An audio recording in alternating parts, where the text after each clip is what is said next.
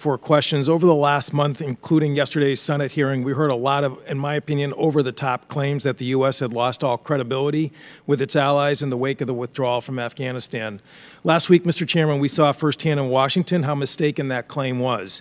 On Wednesday last week, I attended a ceremony over in the Senate where the Australian Prime Minister, Scott Morrison, said that Australia was proud to go into Afghanistan together and leave together, degrading al-Qaeda and preventing a major terrorist attack, and in very heartfelt terms, thanked the United States, particularly the 11 Marines, 1 Navy corpsman, and 1 soldier who perished while safely evacuating 4,100 Australians from Kabul. Boris Johnson, last week, who was also in town when asked about the U.S. standing post-withdrawal, said, "What I said to Joe Biden is how grateful I am for the amazing work of the U.S. military in helping us extricate in 2 weeks 15,000 British nationals from Kabul to whom we owe debts of honor and gratitude. The U.S. military were heroic."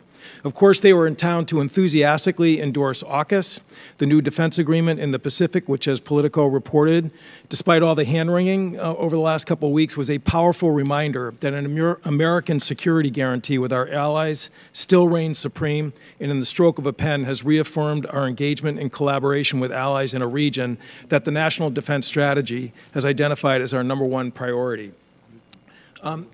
Secretary Austin, I just want to follow up on the August 29th drone strike, and General McKenzie on the 17th, again, gave, I guess, a Central Command investigation report, which described it as a tragic mistake. You also that day announced that there was going to be a DOD follow-up investigation. Can you tell us what is the difference between what you described and what CENTCOM did, and when can we expect to see results from that, that investigation that you described?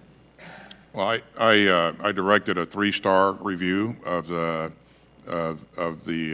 incident, and certainly it'll take into account all of the things that General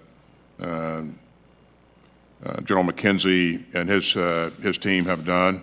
But we'll look at the soup to nuts policy procedures, whether or not we followed our own practices, our outlined practices, and we'll certainly look at accountability as well. If somebody should be held accountable for something that they did that was outside of standard practice, then we'll take a look at that.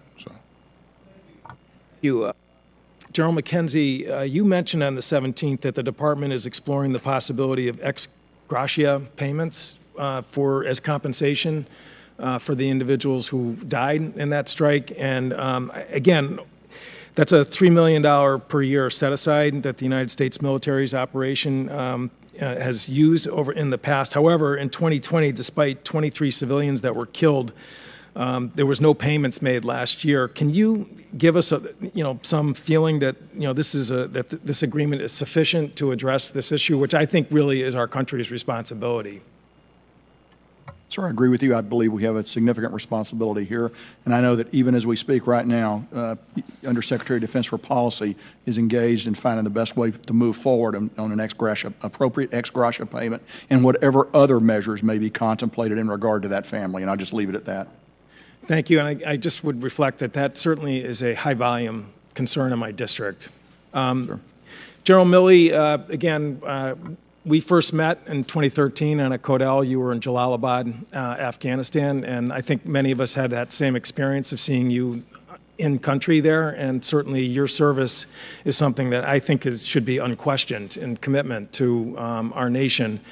In your testimony, you talked again about the Doha agreement, the conditions that were put into place for the Taliban to perform, and that only 1 out of the 8 actually had been complied with, even up through February. Nonetheless, 80% of the troops in the U.S. were drawn down from the date of the Doha agreement to January 21st.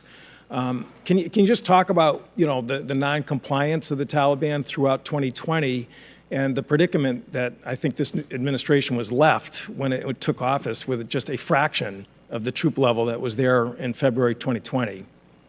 We had almost 13,000 U.S. troops there in February 2020. and you got the numbers for inauguration, but the bottom line is reduction in violence, nationwide ceasefire, and a whole series of other I apologize, but the gentleman's time has expired. I'll respond to the record on that. Thank you. Mr. Lamburn is recognized. Thank you, Mr. Chairman. We on this committee have repeatedly expressed our concern that the U.S. military does not have regional basing and cooperation agreements required for an effective over-the-horizon counterterrorism capability. In May, Mr. Helvey, in response to my questioning here, confirmed that the administration had not yet secured the necessary agreements with any of the governments in the region to establish these over-the-horizon capabilities. So, General McKenzie, has the administration, as of today, secured any necessary agreements with a neighboring country to provide the basing and overflight requirements needed to perform over-the-horizon counterterror operations in landlocked Afghanistan? Representative, as of today, I have the ability to enter Afghanistan and to fly missions. It's a long haul in, but I have the ability to do that today. But no, we don't have an agreement with a neighboring country. Is that true? Isn't that true? Obviously, it's a neighboring country that's allowing us access, but we are not based in any neighboring country. That's correct, sir. Okay. So we can safely assume that as of August 31st, we did not also have an agreement at that time in the past. Okay. Thank you.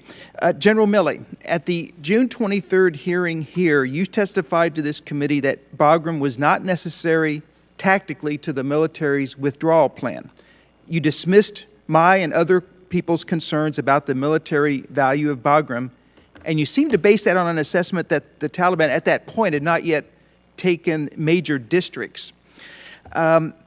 Yesterday, though, you told Senator Blackburn that one of the courses of action you provided the Commander-in-Chief was to keep Bagram Air Base open, which sounds different from what you told us in January 23rd. But for the record, was it your professional military opinion and advice that we should abandon Bagram Air Base? And if not, was this decision forced on you by the arbitrary troop cap of roughly 650?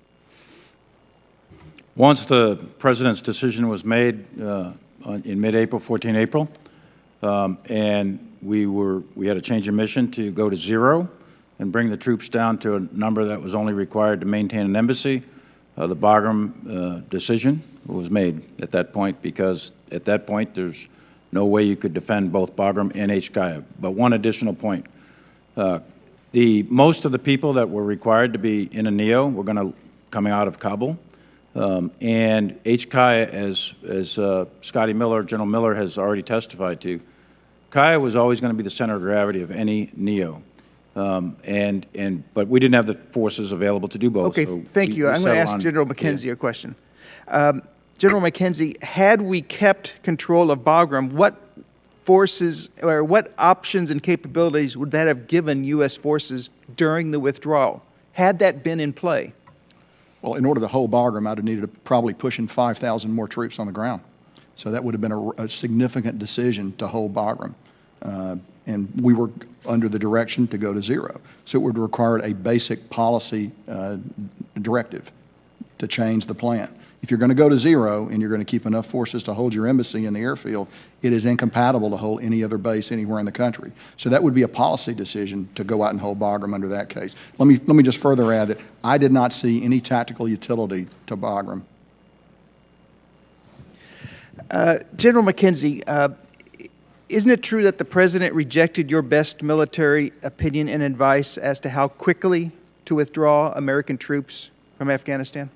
Well, I will say this. It has been my view that that I recommended a level of 2,500, a level that would have allowed us to hold Bagram and other airfields as well. Once you go below that level and make a decision to go to 0, it is no longer feasible to hold Bagram.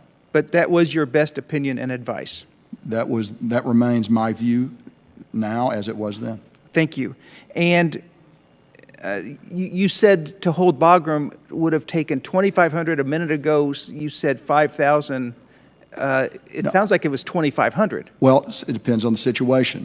If you're talking about a situation where you're not fighting the Taliban and you have the full assistance of the Afghan government or the Taliban's attacks against you at a minimum, yes, you can hold it at 2,500. If, however, you posit that you're in Afghanistan, say beyond August the 31st, without the tacit agreement of the Taliban and without the assistance of the government of Afghanistan, who provided most of the physical security at Bagram, then you have to put a big footprint in, just as we did at HKI. It's exactly the same. The two situations are analogous. Gentleman's time has expired. Mr. Garamendi.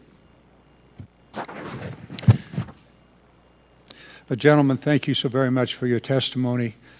Before I go any further, I want to acknowledge an extraordinary effort and successful effort made by the U.S. military, particularly the Air Force, in the most awesome and successful evacuation of civilians ever in the history of this world. Well done. Very, very well done, and compliments to all involved in that. Obviously, the loss of the 13 members of the military was a great tragedy, and you and all of us regret that. The fog of war is only repeated by the fog of the committee. So let me lay out some time frames here. In mid-2018, former President Trump ordered formal and direct U.S. Taliban negotiations without the Afghan government participating. In February 2020, August 2019, President Trump said that he would withdraw all U.S. troops as quickly as possible. In February 2020, the United States and the Taliban signed a formal agreement in which the United States committed to withdraw all of its troops, contractors, and non-diplomatic civilian personnel from Afghanistan no later than May 1st, 2021. In June 2020, the U.S. troop levels reached 8,600. In October, former President Trump tweeted, "We should have the small number of remaining brave men and women serving in Afghanistan home by Christmas." In November 17, 2020, then Acting Secretary of Defense Miller announced that we will implement former President Trump's orders to continue repositioning forces from Afghanistan, and that 2,500 U.S. troops will remain there by January 15th. On January 15th, he announced that there were indeed 2,500 troops left. On January 20th, Biden became president. 2,500 troops were then in Afghanistan. On April 14th, President Biden announced his intention to continue the withdrawal, all regular U.S. troops, by September 11th, 4 months after the pre-planned May 1st deadline. On July 2nd, Italy and Germany withdrew their troops. On July 17th, we have had specific testimony here on what then happened from July 17th on. And if I recall correctly, the Afghan government completely collapsed on the 20th of August. Wasn't there any longer, and from there, the evacuations commenced. General McKenzie, were the 2,500 troops on the ground sufficient, as agreed with the Taliban? Were they there in accordance with the agreement? It would have been, had we held the 2,500, which I stated was my position, and as the Secretary has articulated, there would have been a clear risk that the Taliban would have begun to attack us as we move past the 1 May deadline. However, it was my judgment then that that would have still given us a platform to continue negotiations with the Taliban to perhaps force a political solution. My concern was that if we withdrew below 2,500 and went to zero, that the Afghan military and government would collapse. And of course, that's not a potential counterfactual. That is in fact what happened. So we have objective data to understand what happens if you go to zero. Several of us attended a luncheon here in the Capitol in late June with President Ghani and Abdullah, and they were very, very confident that they would be able to maintain their government through with the reduction and the withdrawal of American troops. If they specifically said that 300,000 troops, they could do it. They needed continued financial support. They needed the necessary intelligence from the United States. And they also needed to have certain airstrikes, drone strikes. That was their promise. They also said that they did not want to allow Afghans to leave. That's what they specifically told us. They did not want Afghans to leave. Obviously, Ghani decided that he would leave. What further questions? My time has expired. I'll yield back. Thank you. Mr. Whitman. Thank you, Mr. Chairman. Gentlemen, thanks so much for your testimony today. General Milley, I want to begin with you, and I want to build on a question that Ranking Member Rogers asked. On August 18th, President Biden said that there's no way possible that U.S. troops could be withdrawn from Afghanistan without the chaos that we saw unfold. In your best military judgment, was there a way to extract the troops without the chaos that we saw unfold? I just want to be clear, we're talking two different missions. The retrograde of the troops, the 2,500 everybody's talking about, those are advisors. That was complete by mid-July, and that was done actually without any significant incident, and that's the handover of 11 bases, the bringing out of a lot of equipment, et cetera. That was done under the command of General Miller. The non-combatant evacuation operation is different. Non-combatant operation, that was done under conditions of great volatility, great violence, great threat, and we inserted 6,000 troops on relatively short notice because there were some contingency plans to do that. That's a different operation, and I think that the first 2 days of that, as we saw, were not only chaotic but violent and high risk, but because of the skill and leadership of our troops, they were able to get control of a situation in an airfield in a country that was falling apart, and then execute the operation. So I think it would have been difficult under any circumstances, and I think our soldiers performed extraordinarily well, actually, in 48 hours getting control of an airfield in another country, 8.5 time zones away. But I understand that, but you're talking about a very compressed time frame. I'm talking about the full extent about what you're looking at. You can talk about two missions, but I'm talking about in totality of what we're looking at there was a chaotic and disaggregated effort. It seems like to me that your professional military judgment would probably not have been focused in your recommendations in seeing this outcome. I just wanted to get from your my standpoint, recommendations at the time and my analysis at the time were aligned actually with what you've heard from General Miller previously and General McKenzie was flatline at about 2,500 and go for a negotiated solution and make sure it's conditions-based. And we all render our advice, presidents make decisions, and then we execute.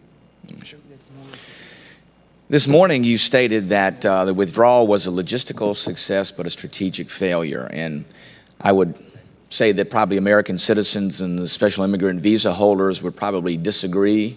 Those that were left behind would probably disagree with your assessment of a logistical success. That being said, I want to focus on the strategic failure aspect of that. You said yesterday that all you can do, and you just said it now, all you can do is provide your best advice and it's up to the president to make the ultimate decision. In your best military judgment, did President Biden's decisions cause this strategic failure? I think, as I said yesterday, first of all, I'm not going to judge a president. That's the job of the American people. That's the job of Congress, not my job. I'm asking for your best military judgment, for your judgment. My assessment is this is a 20-year war, and it wasn't lost in the last 20 days or even 20 months for that matter. There's a cumulative effect to a series of strategic decisions that go way back. Bin Laden, right on the Tora Bora, for example. We knew where he was, we were 1,000 meters away, could have ended it perhaps right there.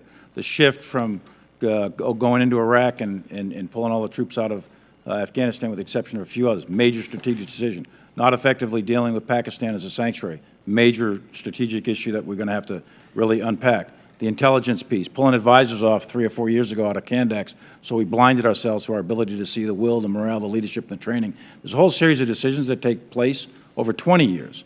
I don't think that whenever you get some phenomena like a war that is lost, and it has been, in the sense of we accomplished our strategic task of protecting America against al-Qaeda, but certainly the end state is a whole lot different than what we wanted. So whenever a phenomena like that happens, there's an awful lot of causal factors, and we're going to have to figure that out. A lot of lessons learned here. Thank you. And I want to build with your answers to Secretary Austin. Secretary Austin, Imagine that you had a number of opportunities in your capacity as CENTCOM Commanding General to brief President Obama, and I imagine that Vice President Biden was probably privy to these briefs. Was he a regular attendee when you gave these briefs? The Vice President was frequently in the Situation Room when we conducted meetings, yes. Gotcha. Let me go from there then to the Battle of Kunduz, which we know Taliban took over, Afghan forces retreated. Did you recognize that as the beginning of the weakness in the ISAF mission? And were there issues at that point of intense interest to Vice President Biden? I'm sorry, that's going to have to be a question for the record because the time has expired. Ms. Spear was recognized. Thank you, Mr. Chairman. Thank you all for your extraordinary service to our country.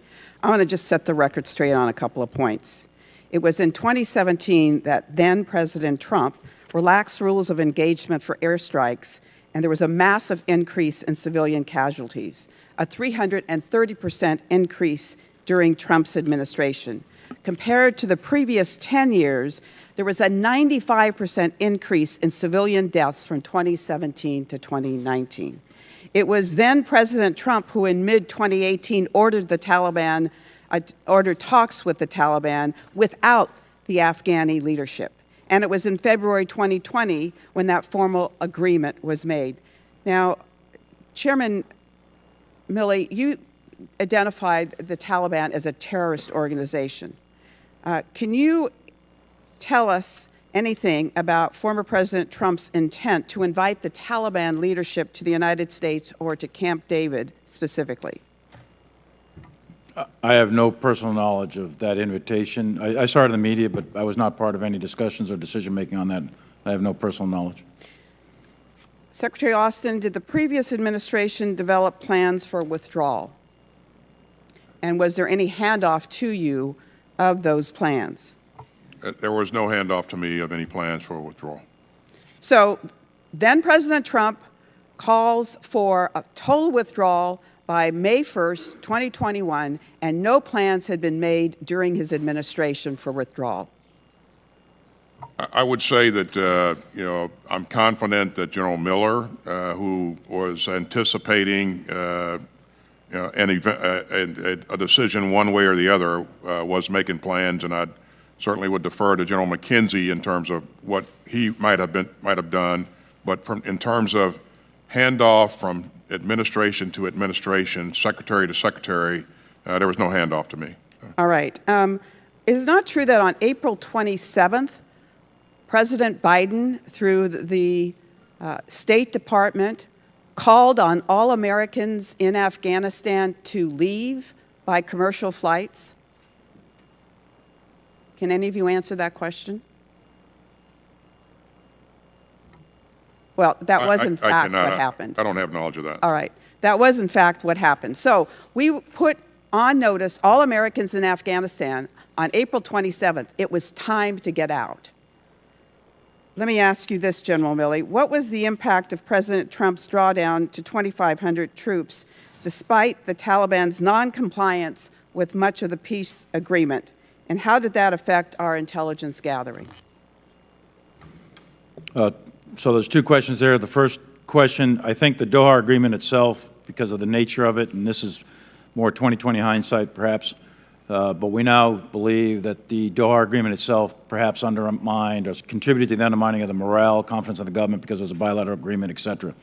But having said that, there were conditions built into that, one of which was met, many of which were not.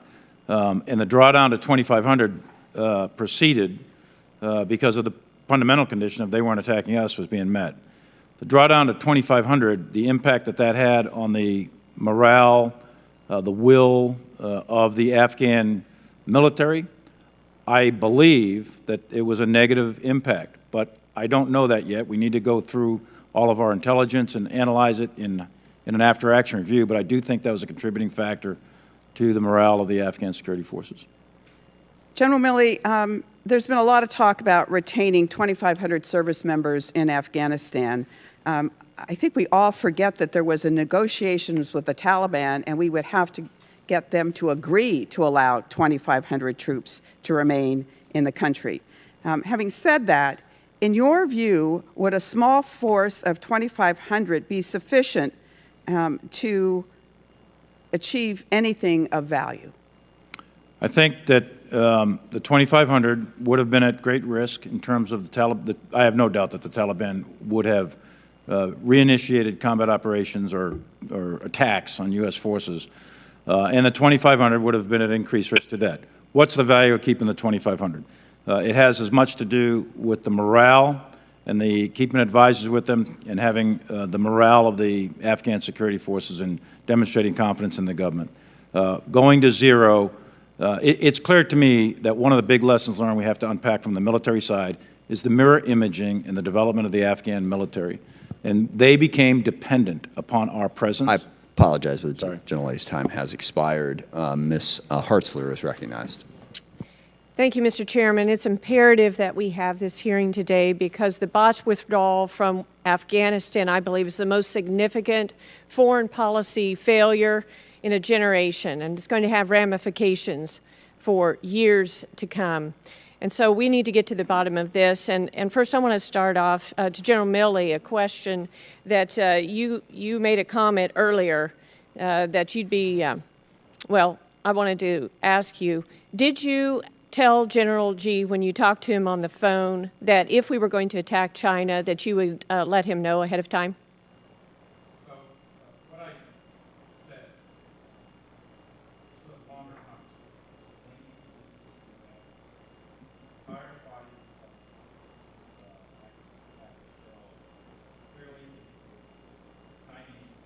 I'm sorry, could you get the microphone a little more in front of you there? Make sure it's on. Yes. So this is a longer conversation. It's a VTC with General Lee. And there's a body of intelligence that leads up to this that was persuasive to Secretary Esper, myself, and many, many others, that the Chinese thought wrongly that the United States was going to attack them. I am certain, guaranteed certain, that President Trump had no intent to attack. And it was my task to make sure I communicated that. And the purpose was to de-escalate, calm things down. You shared all that earlier, I understand. And as part of that... Just say, did you or did you not tell him that if we were going to attack, you would let him know? As part of that conversation, I said, General Lee, there's not going to be a war, there's not going to be an attack between great powers. And if there was, the tensions would build up. There'd be calls going back and forth from all kinds of senior officials. I said, hell, General Lee, I'll probably give you a call, but we're not going to attack you. Trust me, we're not going to attack you. These are two great powers, and I am doing my best to transmit the President's intent, President Trump's intent, to ensure that the American people are protected from an incident that could escalate. I understand your intent, but I think you articulating that you would tell him, you would give him a call, I think is worthy of your resignation. I just think that's against our country, that you would give our #1 adversary that information and tell him that. But I'd like to go on to General Austin and ask you a question. According to President Biden, he chose you to serve as his defense secretary primarily because that you oversaw the full withdrawal of U.S. forces in 2011 from Iraq. But ironically, the 2011 Iraq withdrawal left similar conditions of governmental failure, the empowerment of regional terrorist organizations, most notably ISIS, and a humanitarian crisis of refugees and internally displaced people in desperate need of international emergency assistance. The 2011 U.S. military exit from Iraq was short-lived, with President Obama redeploying U.S. forces into Iraq and Syria in 2014 to defeat the Islamic State. Despite the administration's reassurances, it seems we may be in a similar trajectory in Afghanistan. After U.S. forces abandoned Bagram Air Base in July, the Taliban quickly took over the base and released 5,000 to 7,000 ISIS-K and Taliban prisoners. When the last U.S. troops evacuated from Afghanistan on August 31st, this administration handed over total government control to the Taliban, a known terrorist organization with leaders of the Haqqani terrorist network now in key positions within the Taliban's de facto government. And in recent weeks, the Taliban has deemed education irrelevant, barred women and girls from school and work, committed horrific retaliatory attacks on members of Afghan security forces and interpreters, and established suicide bomber schools within the country. We also know that al-Qaeda and ISIS-K both have reestablished a presence within the country. Even before the U.S. withdrew, ISIS-K claimed credit for a suicide bombing which you have mentioned, took the lives of 13 service members on August 23rd. So, Secretary Austin, is it true that the suicide bomber who attacked the Kabul airport on August 23rd was a CIA prisoner at the Bagram Air Base whom the Taliban released after Biden's administration left Bagram in July? Let me just say a couple of things. First, on why the President selected me or nominated me to be his Secretary of Defense. You'd have to certainly go back to the President and ask him specifically why he did that. But it wasn't, I'm sure, solely based upon my oversight of the evacuation of Iraq. But I would point to you that there's a government in Iraq right now that's holding elections. The United States military is in Iraq. I have 4 seconds. Could you answer my question? Was the suicide bomber... Gentlelady's time has expired. I'll take your question for the record. Thank you. Thank you. Mr. Gallego. Thank you, Mr. Chair. And generally, I don't see eye to eye with many generals, and certainly General Milley and I have had disagreements, but I think what was said earlier was inappropriate in its nature to accuse a member of the military that they would tip off our opposition in any way. And I'd like to give General Milley an opportunity to respond to that if he wants, and if not, then I'll gladly continue with my questions. As I said up front, I'm not going to tip off any enemy to what the United States is going to do in an actual plan. What I'm trying to do is persuade an adversary that's heavily armed, that was clearly and unambiguously, according to intelligence reports, very nervous about our behavior and what was happening inside this country. And they were concerned that President Trump was going to launch an attack. He was not going to launch an attack. I knew he wasn't going to launch an attack. At the direction of the Secretary of Defense, I engaged the Chinese in order to persuade them to do that. I would never tip off any enemy to any kind of surprise thing that we were going to do. That's a different context than that conversation. Thank you, General. Thank you to all three witnesses for taking the time to testify today. Obviously, the resurgence of the Taliban is devastating and is difficult for many of us to watch. But sadly, it underlines the reality that after 20 years, 4 U.S. presidents, and billions of dollars, the conditions for a peaceful and stable Afghanistan could not be created. That is why I believe President Biden made the right decision to withdraw. Staying in Afghanistan, a prolonged and stalled conflict would have required more troops and more resources with no clear timeline. And I don't believe that we could ask our servicemen and women to give their lives for a mission that in the end wouldn't have been successful. I do, like many of you here, applaud our troops for the tireless effort to evacuate American citizens, our allies, Afghan citizens, and everyone threatened by the Taliban. And I still believe we have a moral imperative to help those who helped us in Afghanistan. And I and many of us will do everything in our power to continue to do that. I have some questions to begin with. General Milley, in your testimony, you know that the speed and scope of the collapse of the Afghan army and the government was a surprise. Yet the Taliban was clearly gaining ground in June and especially July before their arrival in Kabul. As we not only look toward the future of Afghanistan, but also think about our operations across the globe, what lessons specific to our intelligence gathering and analysis do you think DoD can learn from this experience? Do you think it's time for a larger rethink within the department about how to assess intelligence in a very rapidly changing environment? I do. I don't know the full answer yet, but I think that the primary reason we missed it was because we essentially cannot, and we have yet to develop a really effective technique to read people's hearts, their will, their mind, their leadership sort of skills. Those are intangibles. You know, the moral is to the physical is 3:1 in the conduct of war. So very difficult to measure.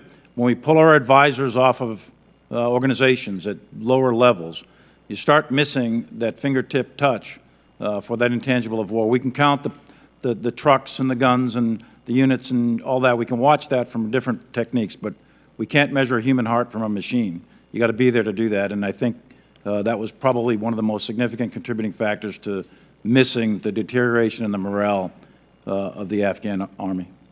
And I guess one of the things that I'm deeply disturbed by, and this can be either to General McKenzie or also Secretary House can jump in, speaking to a lot of service members, enlisted service members that have served for decades in and out of Afghanistan, they were always telling me something extremely different from what I was getting from reports from many of you generals here, that the Afghan army was not ready, that they were not going to be sustainable on their own. And so that, how did we miss that? How is it that a lot of, 18, 19-year-olds, mid-20-year-old E5s were predicting this, but yet some of our greatest minds, both on civilian side and, uniform side, absolutely missed this. And I think that's something that concerns me because, Afghanistan is done, but we're going to be obviously engaging all over the world. And this type of intelligence failure repeated could be, could be an existential threat to the national security of the United States. I don't know, General McKenzie, if you want to try that? Sure. So I think it's a reasonable criticism. We'll have to take a look at how we actually remain connected to the people who are down at the advisory level. I think that's something that I'm conflicted by that as well. I'll be very candid with you. And we will certainly take a look at that because I've heard that same strain myself. It's harder to get the truth as you become more senior. We perhaps need to look at ways to ensure that that's conveyed in a more rapid and effective way. So I'll accept that criticism. Thank you for your guys' testimony. I yield back. Thank you. Mr. Scott is recognized.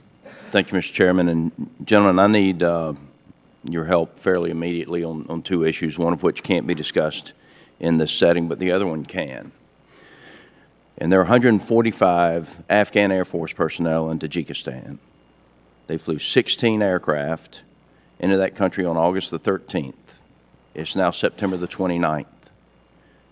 We need to get them out of Tajikistan. These are people who trained with us, they fought with us, that they did everything that we ask of them. And we have gotten no assistance at all from the State Department to move them. And I'm asking all three of you for your help in addressing the issue. Secretary Austin, we need the help. Acknowledged, sir, and we will get with State right away to see if we can move this forward. But I share your concern, sir. And thank you. And I do want to mention this, and I think this is where the frustration of every member of the committee comes in, that we had people in Uzbekistan. The State Department ignored them as well and said they would get to them when they got to them. But we have a lady in Tajikistan that's 9 months pregnant that's one of our pilots. And we need help removing them. We also need to make it clear to Uzbekistan and Tajikistan that is U.S. military equipment, and it is not to be returned to Afghanistan. And so I would appreciate if we could put that in writing to both of those countries that the equipment belongs to the U.S., not to Afghanistan. With that said, I appreciate your commitment to help. I do want to mention one thing, Secretary. You, State Department, we're using the number 124,000. That 124,000 is U.S. and NATO allies, correct? That's correct. We had provided a list of names of people who were P1, P2 SIVs to Central Command, to everybody we knew to get it to. And yet our people were not allowed into HKIA. They were at the gates, but they were not allowed into HKIA, even though they were on the manifest. And yet so many people came out of the country that appeared not to be on the manifest. So how was the determination made and who got on a plane and who didn't get on a plane? Well, I can't speak to the exact processes that existed inside of HKIA at the time in terms of how people were sorted out. I can tell you that we tried very, very hard to get everybody that we possibly could out, especially American citizens and SIV applicants that have worked with us. We also owed it to our partners to help them get some of their people out as well, and they helped us with some security issues and other things while they were there. So. Secretary, I'm close on time, but I will tell you, I do think that that's a question that is going to linger and that the committee wants answers on because we have P1, P2 SIVs that were left behind, and other people that were not or should not have been on the manifest seem to have gotten out. Well, I would just tell you, we're going to continue to work to try to get as many out as we can. In the last 48 hours, I think we've brought out an additional 63 American citizens and 169 legal permanent residents. So we're going to continue to work this. General McKenzie, you answered a lot of the questions that I had in your written testimony. You did say that in April is when you were given effectively a change of mission to the 650. What date in April was that? I believe it was on the 15th. The 15th, so mid-April. Yes. When did we inform our partner forces that we had a change in mission and that we were going to retrograde from the 2,500 down to 650? That followed immediately, and that was through Scott Immediately. Miller's headquarters on the ground. Okay. The process of outreach both to President Ghani and to other members. It might have taken a couple of days for that process, but it was not kept from Okay, them. it wasn't a secret.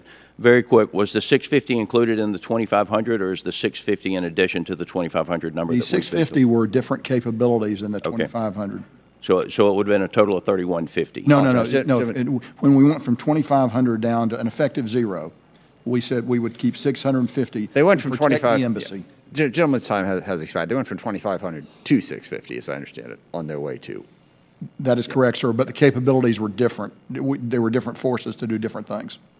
Crucial point. Thank you. Mr. Moulton is recognized. Thank you, Mr. Chairman. General Milley and Secretary Austin, my first question to you at our hearing on June 23rd was, why have you not started the evacuation of our allies already? You responded that we have a, quote, moral imperative to save the Afghans who work by our side.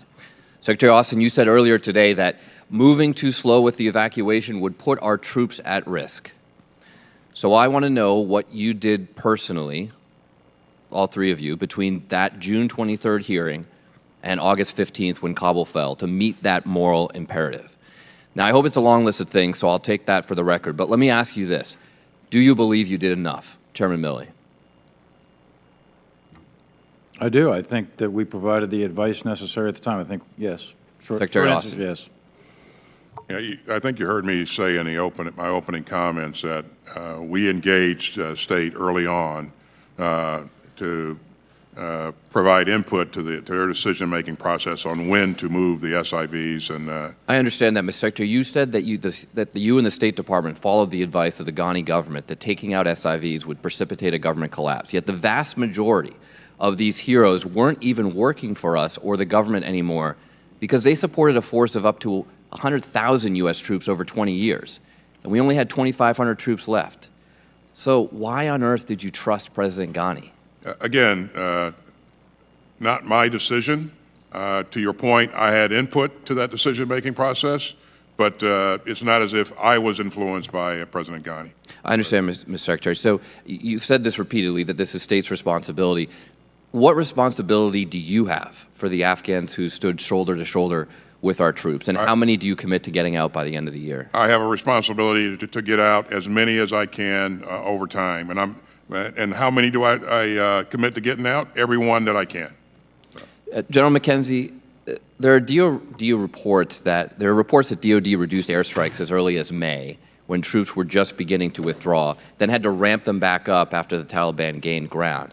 There are also reports that you sat down with the Taliban leadership in August, drew a circle around Kabul, and told them that if the Taliban fighters went inside that circle, they would get hit with U.S. airstrikes. So why did you let up on the Taliban first at the beginning of May, and then at the end of our withdrawal in August, right when we should have been hitting them harder to give Americans and Afghan partners time to evacuate? Representative, the report about me meeting with the Taliban and telling me if they came inside a 30-kilometer circle around Kabul is simply factually incorrect. Okay, what about May? In May, as through the rest of our redeployment period, we continued strikes on the Taliban. Those strikes, however, were limited to support of Afghan forces in close combat. We were not striking deep, and we did not have a tremendous amount of resources compared to resources that we've had in the past. So those strikes, while effective in certain tactical situations, at no time were enough to change the strategic calculus of the campaign. General McKenzie, you went from 2,500 troops in Afghanistan in April to 650 in July, and then turned around and put 5,000 back into Kabul. Now, you've said repeatedly that you personally believe the Afghan government would fall if we didn't maintain a certain number of troops in country. So why didn't you plan for an evacuation and leave enough troops on the ground to conduct it? So let's be very clear. The evacuation has to be ordered by the Department of State. The drawdown of U.S. forces was ordered by the President in April and completed in July. The non-combatant evacuation operation is a separate mission, and it was not completely under the control of the Department. So you're going to fall back on the bureaucracy, the divide between DOD and state? Well, Representative, I'm going to fall back on the orders that I got. Out and then had to put more back in? I'm going to fall back on the orders that I receive, Representative. Secretary Austin, you presided in part over the withdrawal of forces from Iraq, though I know you at times requested more troops on the ground. 2 years later, we had to send thousands of troops back into Iraq. Do you believe we will ever have to send troops back into Afghanistan? Well, I certainly want to engage in a hypothetical. I would just say that obviously that's a decision that has to be made by the President. You know, while I won't rule anything out, I would just say it's not preordained that we will go back or have to go back into Afghanistan again. So, but if we do, the military will provide good, credible options to be able to do that and to be effective. On the strikes, gentlemen, you and your predecessors asked tens of thousands of young Americans to fight in Afghanistan, and they did. And thousands died. And now you keep saying that our troops should be proud of that. Well, here's a question sent to me by one of those soldiers. In 20 years, our troops on the ground never lost a single battle, yet we lost the war. And we're losing it over and over again the longer we leave our allies behind. The gentleman's time has expired. So what is left to be proud of? Seth, we're trying to run a meeting here. And if you wanted to read that letter, you should have read it in the first 5 minutes when you have time. So I think it's something we need to hear, and it's something we should have heard during the 5 minutes that you had. The gentleman's time has expired. Ms. Stefanik is recognized. She is appearing virtually. Ms. Stefanik, you are recognized for 5 minutes. Thank you, Chairman Smith. I want to first start off by saying that I'm honored and privileged to represent Fort Drum, home of the 10th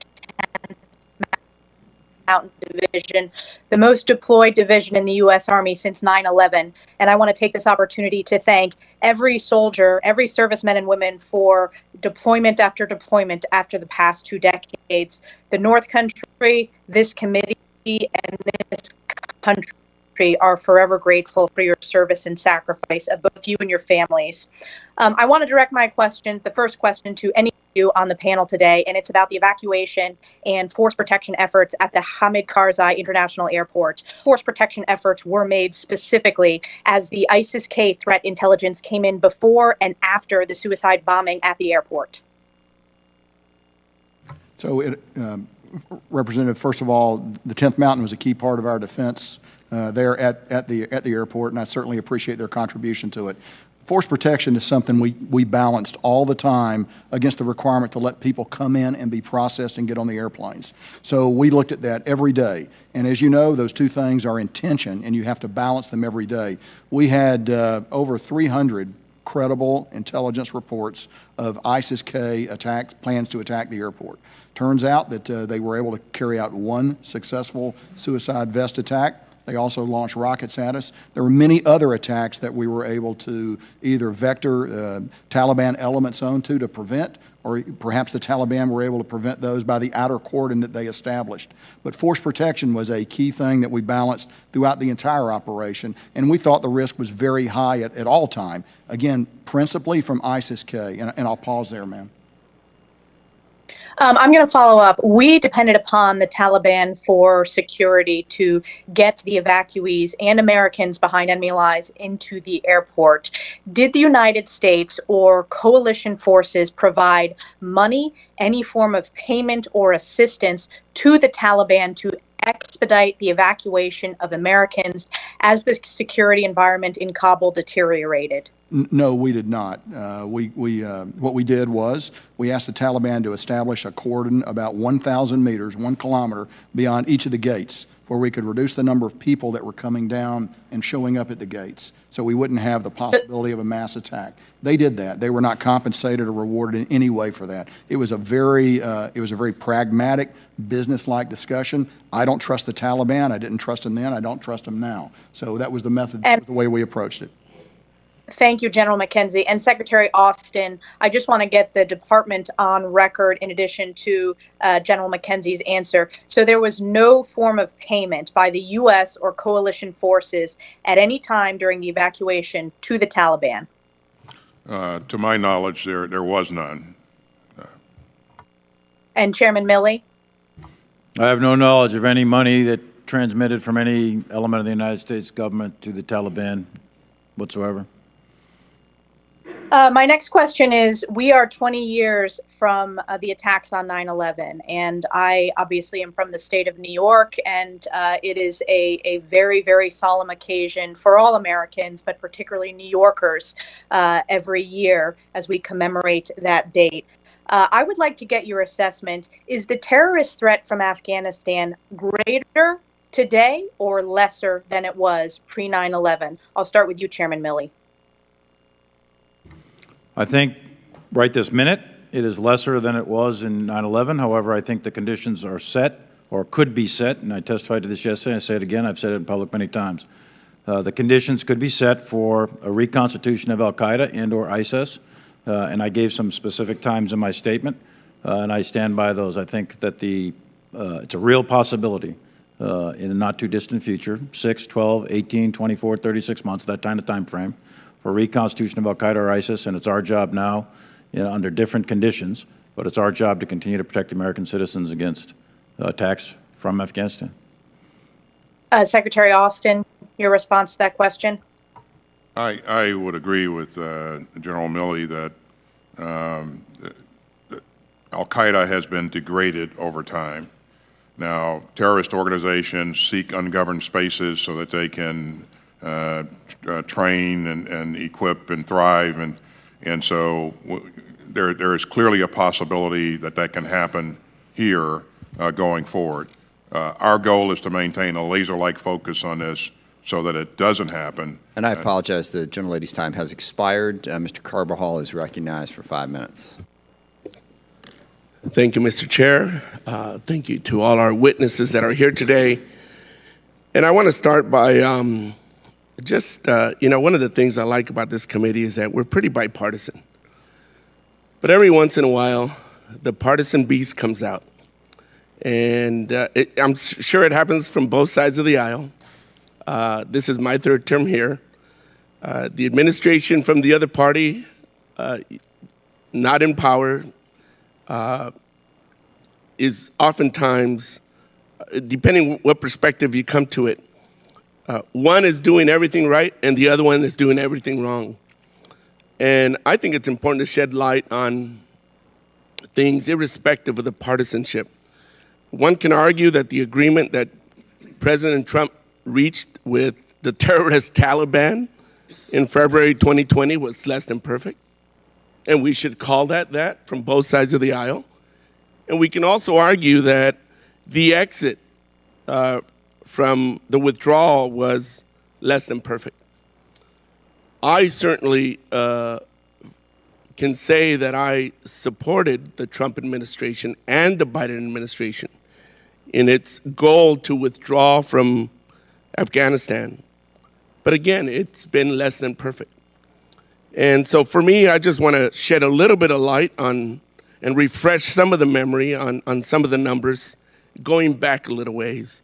So General Milley, I want to make sure that I understand our troop levels since the Doha agreement that was reached with the terrorist Taliban, signed by President Trump between February 2020, when the agreement with the Taliban was signed, to January 2021, and how many troops did the United States withdraw from Afghanistan? How many troops were withdrawn from January 2017 to January 2021? 12,600 U.S. troops when the Doha agreement was signed on that day. 8,000 NATO. Can you repeat that again? 12,600 U.S. troops on 29 February 2020, with 8,000 NATO and 10,500 contractors, and the contractors are particularly important here. With respect to, on Inauguration Day, I'm showing 3,500 U.S. troops. That's the 2,500 advisors, and then there were some additional enablers that were there. 3,500 U.S. troops on 20 January, 5,400 NATO, and 6,300 contractors in Afghanistan on that day. Thank you. And I only draw attention to that to show the withdrawal that started many years before.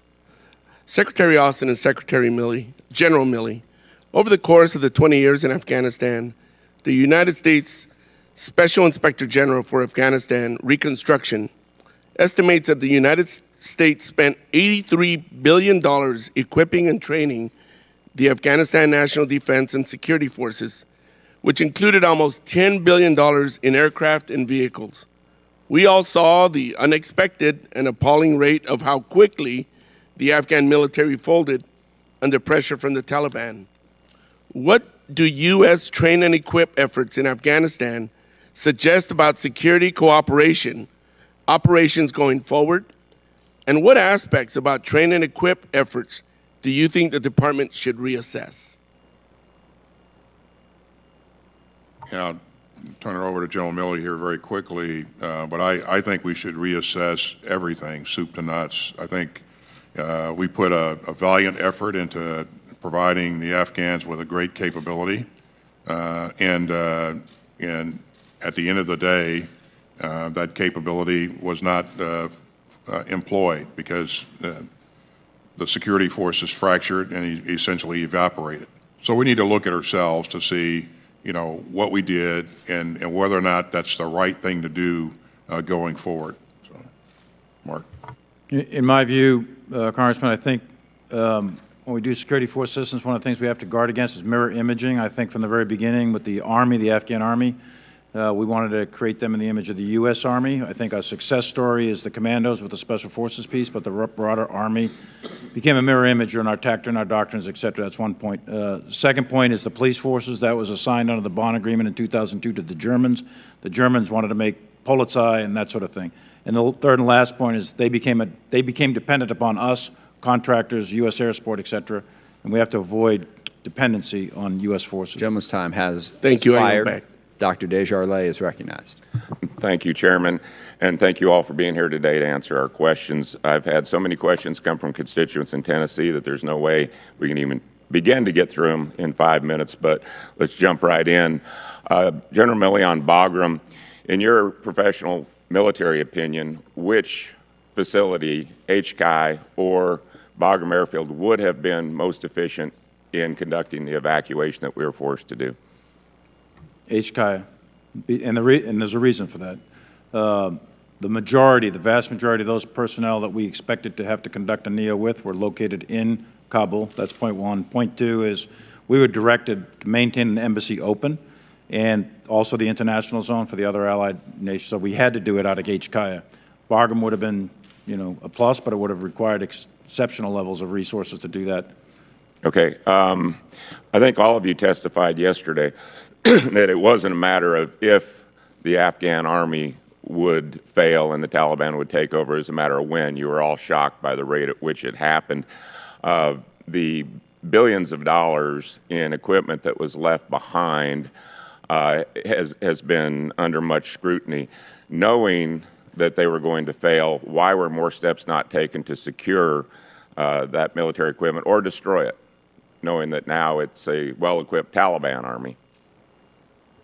Yeah, so the number is a big number, so let me unpack that a little bit. First of all, the $84 billion included all of the... I understand that. Let's just cut right to the equipment that was left behind. Why was so much left behind? Aircraft, MRAPs, weapons. Why was that there when you knew they were going to fail? The other thing I would say is that all of the equipment that we had that we were using, as I stated earlier, was evacuated by General Miller. Now, the reason that the Afghans had the equipment they had is because we wanted them to be successful, and they could not be successful without the appropriate. Okay, if they're watching these hearings yesterday and today, I'm guessing that they probably feel like they were played as fools because you all just said you knew they were going to fail. So here we have an army we built up, we used them until we didn't need them anymore to accomplish Biden's objective and Trump's objective of getting out of Afghanistan. However, it went horribly wrong, as we can probably all agree to. General Milley, you started today and talked about your commitment to your office. You're the principal military advisor to the president, correct? That is correct. And that's to President Trump and President Biden?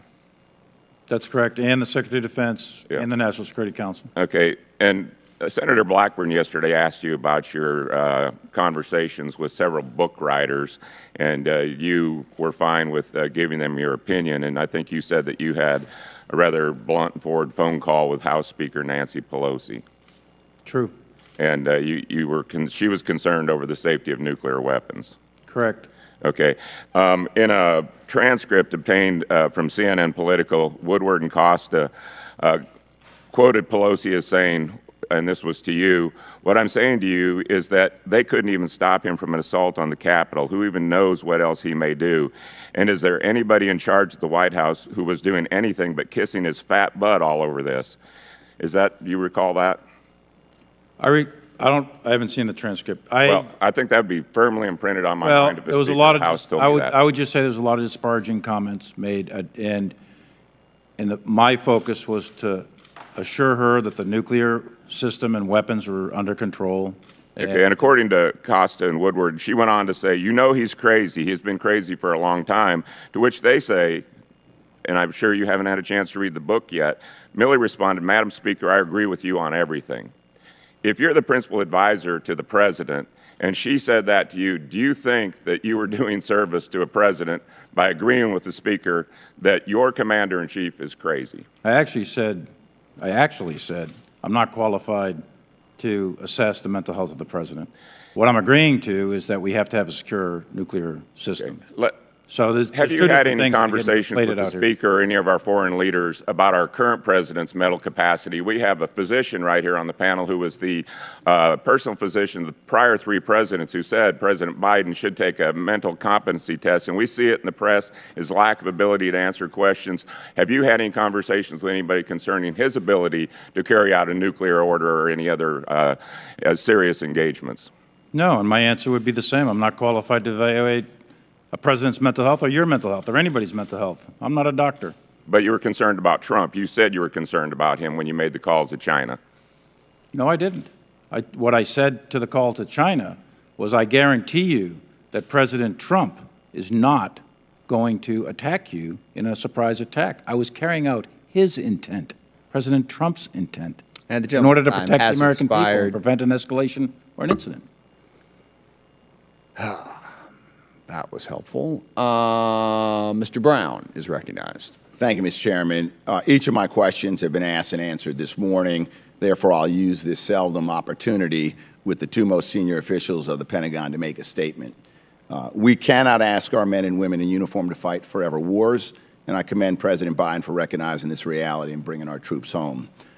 But we know the threats facing our country aren't solely on distant battlefields. For decades, we've grappled with extremist ideologies within our own civilian communities and our military ranks. And there are no signs that we're winning this fight. As FBI Director Wray testified before the Senate Judiciary Committee earlier this year, January 6th was not an isolated event. Director Wray stated the problem of domestic extremism has been metastasizing across the country for a long time now, and it's not going away anytime soon. We know now that 12% of those charged in the riot on the Capitol have military experience, with at least 1 indicted rioter on active military duty. That's well above the participation rate of adults in the military. The last time you both were before this committee, you spoke about the issue of extremism in our armed forces. General Milley, you stated, from private to general, there's no room for extremist behavior in the United States military. And I commend you, Secretary Austin, for ordering the extremism stand-down this past February to deal with the threat. You recognize this issue within the ranks, but I'm gravely concerned that too many of our military leaders do not. In April, at a Senate Armed Services Committee hearing, STRATCOM Commander Admiral Richards said he was, quote, very confident that the number of extremists in my forces is 0. And at the same hearing, General Dickinson, Commander of Space Command, echoed that assessment, claiming, in the formations that I've had throughout my career, I've not seen that, so I believe it's close to 0 in my organization, if not 0. This ignores the clear evidence on this issue.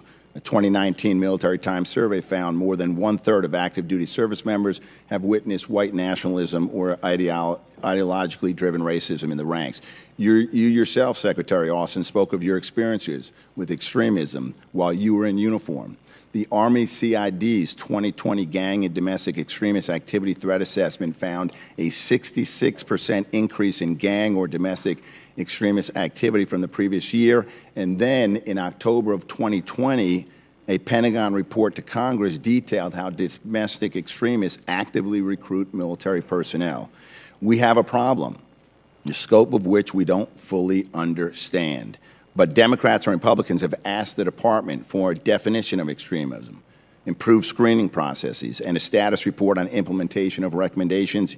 You still have not yet received it. We have not received it, which is why just last week the House passed the fiscal year 22 NDAA, giving DOD additional authorities and resources to counter extremism in the department. So I was extremely disappointed to see the administration's statement of policy, which opposes the countering extremism provisions in the NDAA, citing overburdensome training and data collection requirements. Not a single sentence suggesting how to improve the provisions, just opposition to Congress. Congress is about to authorize and appropriate $768 billion to the department, nearly $25 billion more than the president's budget request, yet the administration views additional data collection and training requirements to counter the threat of extremism as onerous. We heard the same pushback when it came to addressing sexual assault in the military for 10 years before the department finally realized it was failing and that it needed greater tools. And we've documented systemic racism under the Uniform Code of Military Justice for at least 50 years, yet the department is making little, if any, progress to address that. Whether it's sexual assault or racial injustice, the department repeatedly tells Congress, we can handle it, commanders are responsible, we're studying it, we're ready to fight tonight. We cannot wait years, let alone decades, in the face of obstinance from the department before meeting the challenges of extremism in the armed forces. The time to address it is now. As this hearing reveals, there are many important issues for our military to address, in addition to the ongoing American-Afghan evacuations and anticipated over-the-horizon operations. We've got to care for our troops and the families, and that includes combating extremism in your formations in a way that we can take care of our troops and secure the nation. So please stop fighting Congress. Partner with us and accept the tools that you need to fix the problem. Thank you, Mr. Chairman. I yield back the balance of my time. Thank you. Mr. Kelly is recognized. Thank you, Mr. Chairman. Thank you all for being here. And Chairman Milley, I just want to start. I understand the conversation with the Chinese leader. What I don't understand is you going to the press, Chairman Milley, and that disappoints me that you talked to the press about that. None of the other stuff, I think you were, I'm okay with that. I'm not okay with you talking to the press or authors. I want to talk just a little bit about Bagram. There's 2 runways at Bagram and only 1 at HK. Is that correct? That is correct. So there's strategic value to 2 runways versus 1. You would agree with that? It's entirely dependent on the mission. Yeah, and the other thing is there's standoff versus an urban environment, and there are strategic advantages and disadvantages to that. You would agree with that, General McKenzie? That's correct. Okay. And I want to talk a little bit about the strike on August the 29th, I think. Who set the rules of engagement? What were the rules of engagement? At what level? So under the rules of engagement, and it would need to get into details in a classified setting, we have... No, I don't want to know what the rules of engagement were. I want to know whose rules of engagement were they? The U.S. military's rules of engagement. Was that President Biden's? Was that Secretary Austin's? Was that CENTCOM's? They are wholly neutral as to the party in power. Okay. It has nothing to do with the rules of engagement. And I want to refer to a New York Times article on March 3rd described a policy change of the Biden administration that placed greater restrictions on drone strikes and raids conducted outside conventional battlefield zones. Previously authorized by ground commanders, these operations now require White House approval. Did the strike on August 28th or 29th, the one that killed 10 innocents, did it require presidential approval prior to the strike? No, it did not. Okay. At what level, who was the approval authority for that strike? The target engagement authority was forward in the theater at the over-the-horizon cell that oversees those activities. At what level? What, 1-star, 2-star, 3-star? Flag officer level. Flag officer level. Okay. And at what point General McKenzie, and this is for all three of you, at what point did you know that the strike was bad, that it hit civilians? Well, so we knew the strike hit civilians within 4 or 5 hours after the strike occurred. And U.S. Central Command released a press release saying that. We did not know, though, that the target of the strike was in fact an error until a mistake until sometime later. It took us a few days to run that down. Okay. But we knew pretty soon after the strike. Good deal. Secretary Austin, when did you know it was a bad strike that killed civilians? As soon as General McKenzie reported that there were civilians that had been injured. And of course, so 4 or 5 hours time frame, that's all I need. Right. Typically, as soon as that happens, we investigate. We begin an investigation. No, when did you know that civilians were killed in that strike? That's my question. It's real easy. It's a time. It's not it doesn't take much to answer that. Right. Several hours after that. Okay. Is General Milley same? Same thing. Okay. So I'm assuming there's 15-6s at multiple levels that we'll get to see those investigations. There's a lot of questions I have that have to be in a classified environment, but I hope that you guys know I also sit on a different committee that has different insight to this, and I think it's important that we know who authorized at what level and that we take accountability. Listen, I've made strikes. I've lived under rules of engagement. I've had rules of engagement that I liked and didn't like. I've had to make hard decisions. I hope most of them are right, but I understand. I don't want to blame some 06 or some 05. I want to make sure we get the level and that the rules of engagement were proper and that they were followed at whatever level. Who didn't follow those or either wrote those, because I think the strike was done to show we had over the horizon capabilities, and we didn't, because we reported a secondary explosion that was not. We reported all kind of stuff. Now my next question is the other strike. Who did we kill? I'd prefer to pass you that name in a classified setting. Okay, can you tell me, was it an HVT or just a low-level terrorist? I think it was a facilitator, and it was a good strike. I think we got someone who, while not directly involved in the attack on Abbey Gate on the 26th, certainly fell within that circle of accomplishment. In a classified, I'd like to know that. And then my next question is, I just don't understand. I guess maybe I went to Union Public High School of 1100. My math, 11 to 15,000 U.S. citizens, 5,400 out. That leaves thousands, not hundreds, left that want to get out. And I know for a fact, every office here, we had people calling us wanting to get out, U.S. citizens that were not allowed to get in the gate or were kicked off the base or were not allowed out. And with that, I just ask, guys, we got to get our folks home. I yield back. Gentleman yields back. Mr. Khanna is recognized. Thank you, Mr. Chairman. General Milley, I want to first thank you for your 42 years of service, for your principled commitment to civilian rule, for your commitment to military communication that kept this country safe for 3 decades during the Cold War, and for the sacrifice and patriotism that you and your family has shown. As the son of immigrants, I'm in your family's debt. And I want to thank the 3 of you for ending America's longest war and executing the largest airlift in history. Now, Secretary Austin, you've testified that had 2,500 troops stayed past the deadline, the military would likely have needed reinforcements. And I want to just make this clear. The choice for President Biden wasn't 0 troops or 2,500 troops. It was 0 troops or potentially many more troops. General Milley, just briefly, would you agree that at some point more than 2,500 troops would have been needed had the Taliban engaged in offensive strikes? I'm sorry. There's a reasonable prospect we would have had to increase forces past 2,500, given that the Taliban were very likely was going to start attacking us. And there's a range of forces. We're really talking about 2,500 to 4,500 in that range. Appreciate that. I want to talk about the strike that killed civilians. And I know, look, I think our military cares more about the loss of civilian life than any military in the world, any superpower ever in history.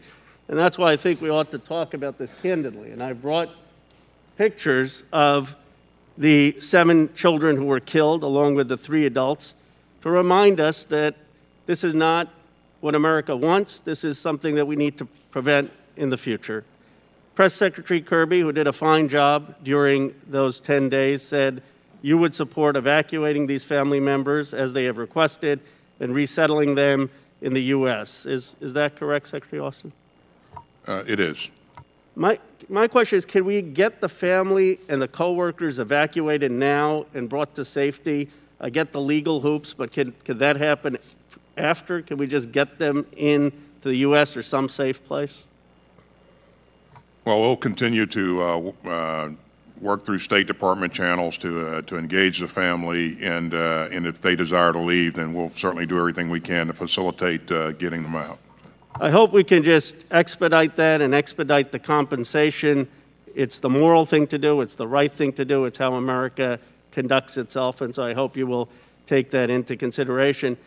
General McKenzie, I admire and respect your leadership, but I want to see how we can improve the intelligence to prevent these kind of strikes in the future. One aspect you said is that there was a white Toyota Corolla that led to the attacks. I'm sure you're aware, is there any car more common than a Toyota Corolla in Afghanistan? It's a very common car. Of course, there were many other factors that went into that decision, not simply the fact it was a Toyota Corolla. According to the Stars and Stripes, roughly 90% of cars registered in Afghanistan have been Corollas. One of the other things that concerned me is, based on my reading, and obviously you know more, the Corolla was parked next to a registered, U.S. registered, California-based NGO that was delivering humanitarian assistance. And I guess the question is, did the DOD know about the NGO in advance of the strike? I would prefer to, since that's under investigation now, I'd like to defer that question. I would just hope that we can make sure going forward that our department will cross-check its intelligence to make sure that aid organizations are on no-strike lists. I assume that if there is a aid organization or hospital, those are on no-strike lists? As Representative, as are mosques, which are often used by ISIS-K as training sites as well. All right. Again, I believe that our military goes through extraordinary lengths to prevent this. It's not to try to be an indictment of anyone. I just want to make sure we continue to improve the processes and that we do right by the families who were suffered this unspeakable tragedy. Thank you again to the three of you for your leadership, and thank you to everyone who served. Regardless of one's view in Afghanistan, I find the attacks on your integrity and patriotism to be a dishonor to this committee and a dishonor to your service. Thank you. Gentleman's time expired. I have to ask the witnesses a question. A little complicated scheduling thing going on here. We are scheduled to have votes at 1:30-ish. My plan would be to, if we could go to that period, get through that, take the break then. But it's been a while. If you need a break earlier, we can take a 15-minute break at 12:30. And I wish there was an easier way to do this, but totally up to you. Would you like to break at 12:30, or would you like to just go until votes?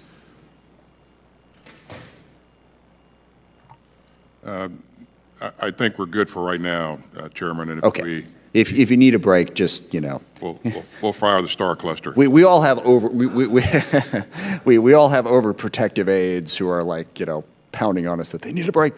So I just figured I'd ask. So we will proceed, and I appreciate that. Mr. Gallagher is recognized for 5 minutes. Thank you. General McKenzie, the Washington Post reported on August 28th that the Taliban offered to allow the U.S. military to take responsibility for security in Kabul. Did you meet with Mullah Baradar to discuss such an offer? I met with Mullah Baradar in Doha on 15 August to pass a message to him that we were withdrawing, and if they attempted to disrupt that withdrawal, we would punish them severely for that. But did he offer to allow you to have security over all of Kabul? Not as part of that conversation, he said, well, why don't you just take security for all of Kabul? That was not why I was there. That was not my instruction, and we did not have the resources to undertake that mission. Did you convey the offer, however, to the President?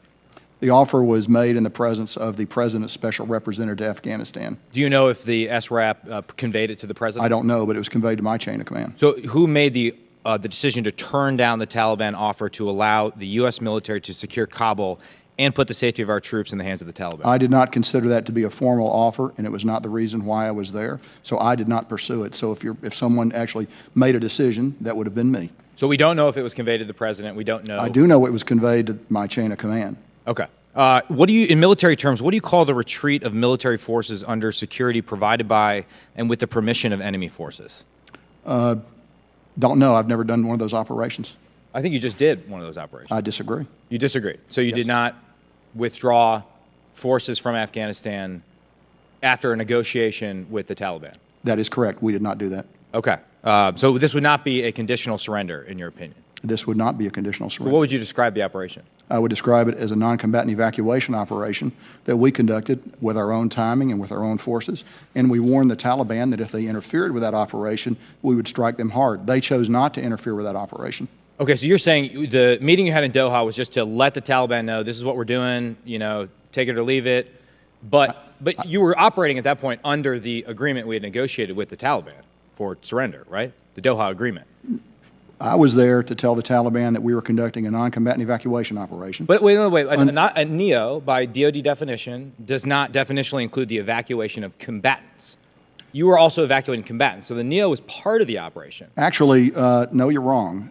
When I met with the Taliban on 15 August, we had completed the withdrawal operation. Further forces that went in were forces that were core to the NEO operation. And in fact, DoD doctrine would include the insertion and extraction of combatant forces as part of a NEO operation. But what do we call the withdrawal of combatants, whether it happened before? It can be called a retrograde. It could be called a withdrawal. Was it in your orders, though? What were you tasked with doing? I was tasked to conduct a non-combatant evacuation operation.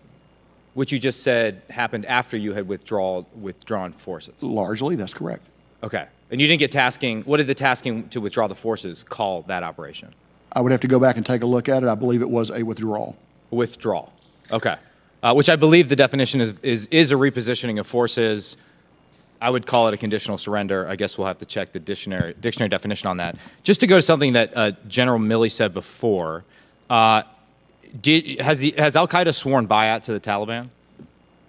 I believe there's a deep relationship between the Taliban. But have they sworn bayat? Just yes or no? I couldn't answer that question for you right now. Oh, I believe General Milley said it before. Has the Taliban renounced the previous oath that al-Qaeda swore? The Taliban and al-Qaeda have a very close relationship, and I do not expect the Taliban to seriously interfere with their basing and repositioning in Afghanistan, which is, I think, the question you're asking. Okay, yeah. Well, let me get it a different way. The new interior minister for the Taliban government is Sirajuddin Haqqani. He's a known al-Qaeda associate. Is there any evidence that he or the Haqqani network has broken with al-Qaeda? None. Did the March attack on Fob Chapman breach the Doha agreement, in your opinion? No, it did not. It did not. General McKenzie, do you know which Taliban forces were actually providing security in front of the airport? Yes, we do. Was it Badri 313?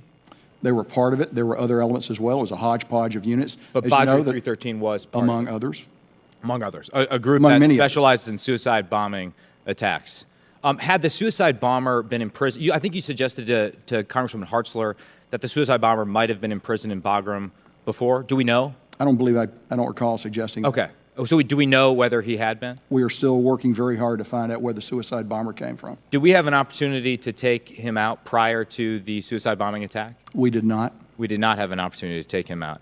And just finally, does the over-horizon posture that we're now adopting, will that be more or less difficult now that we are out of the country? I've said on the record it will be very difficult to do. It is not impossible to do. Okay. Thank you. Time has expired. Mr. Kim is recognized. Thank you, Mr. Chairman. General McKenzie, I wanted to start with you. You said reports about you engaging with the Taliban about a red line around Kabul before its fall were false. Does that mean that there was no discussion or consideration in the U.S. of a plan to defend Kabul in early August before its fall? There was never a discussion about a plan to defend Kabul before its fall. I will say that when I went to Doha, I took with me a graphic. It was a map of Kabul with a 30-kilometer ring on the outside.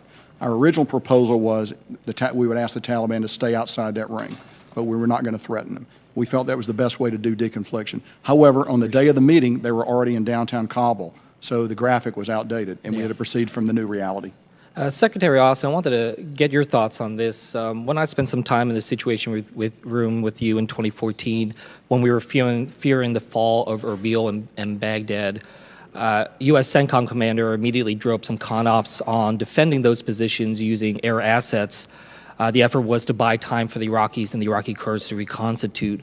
Did it not cross your mind to consider something like that in early August before the fall of Kabul? This is certainly something we considered. You know, we took a look at what we would need to do to protect the embassy, and if we had to do a NEO, what could we do to buy time for that operation to take place? Chairman Milley, I wanted to switch to you. Yesterday you said that you were asked on August 25th to make a decision about the August 31st deadline. Was there an actual formal request made to the Taliban fight by the United States to stay past August 31st? Was that a request that was then denied that you were taking into account in that decision? I don't make decisions, Congressman. I provide advice. In your recommendation. I was asked for what's called best military advice. I'm not aware of a formal request to the Taliban one way or the other on staying past the 31st. I am very familiar with the advice that we provided on the 25th. Before the fall of Kabul, did we actually have formal Taliban agreement upon an August 31st departure date?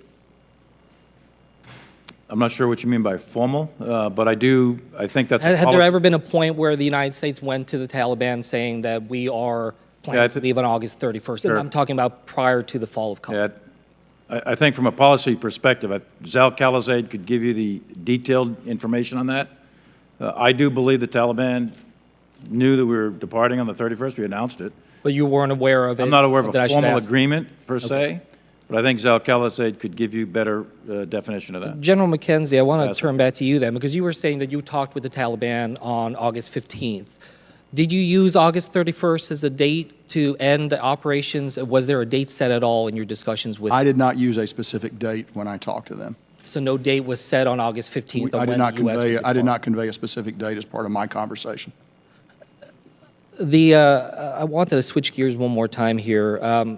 Secretary Austin, moving forward, when we're looking at the fundamental viability of the over-the-horizon effort, is the airspace over Afghanistan currently considered sovereign airspace? And I guess I'll frame it in a slightly different way. Is it currently legal for the United States to conduct ISR sorties and airstrikes in Afghanistan? Yes. Under what authority is that legal? Well, same authorities we were using before. And that would be under the Security and Defense Cooperation Agreement of 2014, is that correct? No, I think what we're prosecuting now is are the authorities that were referred to by General McKenzie earlier, and he mentioned he would have to take that into a classified setting. Okay, well, I'll certainly follow with you that way. General McKenzie, something I wanted to follow up with you on. Yesterday in your hearing in front of the Senate, you made a comment when asked about the war on terror, and you said that the war on terror is not over, but then you also went on and said that the war in Afghanistan is not over. So I just wanted a clarification from you. In your opinion, is the war in Afghanistan over? So I believe the war in Afghanistan is not over. I believe we are no longer a party to that war, but that doesn't mean that ISIS and the Taliban aren't going to engage in a furious fight this fall that may result in the ISIS being crushed, or it may result in ISIS see. So when you're saying that you're referring that you believe that there's a civil war in Afghanistan, but in terms of the United States war against Afghanistan, you would say that that is over. We have no forces in Afghanistan. Our only interest in Afghanistan is looking for ISIS-K and al-Qaeda targets. Has expired. Thank you, Chairman. Gates is recognized. February 26, 2020, House Armed Services Committee, General Mark Milley. We know we're not going to defeat the Taliban militarily, and they're not going to defeat the government of Afghanistan militarily. You really blew that call, didn't you, General? I believe that that was a issue of strategic stalemate, and that if we had remained in Afghanistan with the advisory levels of effort, then the government of Afghanistan... Well, that's an interesting answer to a question. It's just not one I asked. You spent more time with Bob Woodward on this book than you spent analyzing the very likely prospect that the Afghanistan government was going to fall immediately to the Taliban, didn't you? Not even close, Congressman. Oh, really? Because you said right after Kabul fell that no one could have anticipated the immediate fall of the Ghani government. When did you become aware that Joe Biden tried to get Ghani to lie about the conditions in Afghanistan? He did that in July. Did you know that right away? I'm not aware of what President Biden... You're not aware of the phone call that Biden had with Ghani where he said, whether it is true or not, we want you to go out there and paint a rosy picture of what's going on in Afghanistan. You're the chief military advisor to the president. You said that the Taliban was not going to defeat the government of Afghanistan militarily, which, by the way, they cut through them like a hot knife through butter. And then the president tries to get Ghani to lie. When did you become aware of that attempt? Well, there's two things there, Congressman, if I may. One is what I said was the situation was stalemate, and if we kept advisors with there, the government of Afghanistan and the Army would have still been there. That's what I said. Whether that's right or wrong, I don't know. But it seems wrong now with well, the Taliban in we control. withdrew all the Question we for withdrew all the Secretary advice. Austin. Secretary Austin, are you capable of assessing whether another has the will to fight? No, we're not, and that's the point that the chairman made earlier. So. That's just like an incredibly disappointing thing for the Secretary of Defense to simply say, I can't assess whether someone has the will to fight, but it is consistent with your record. I mean, during the Obama administration, I think they gave you about $48 million to go train up some folks in Syria to go take on the Assad government, and I think your testimony was that only 4 or 5 survived first contact with the enemy. So what confidence should this committee have in you, or should the country have in you, when you've now confessed to us, and whether it's the swing and a miss in Afghanistan that General Milley talked to the Senate about yesterday, total failure, or whether it was your failures in Syria, you don't seem capable to look at a fighting force and determine whether or not they have the will. Well, Is that an embarrassing? You recall, Congressman, that the end result was the SDF that we stood up that was very, very instrumental in turning the tide of battle up in Syria.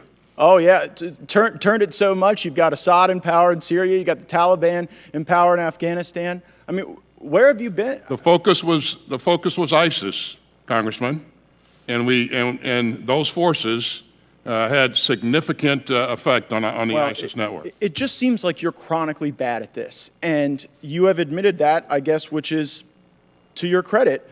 But you know, when people in the military, like Lieutenant Colonel Stuart Scheller, stand up and demand accountability, when they say that you all screwed up, when they point out that General Milley's statement that that the government of Afghanistan is not going to get defeated by the Taliban, well, he ends up in the brig, and you all end up in front of us, and your former employer Raytheon ends up with a lot of money, and we have poured cash and blood and credibility into a Ghani government that was a mirage. It fell immediately. And while the guy sitting next to you was off, talking to Phil Rucker and was off doing his thing with Bob Woodward, we were buying into the big lie.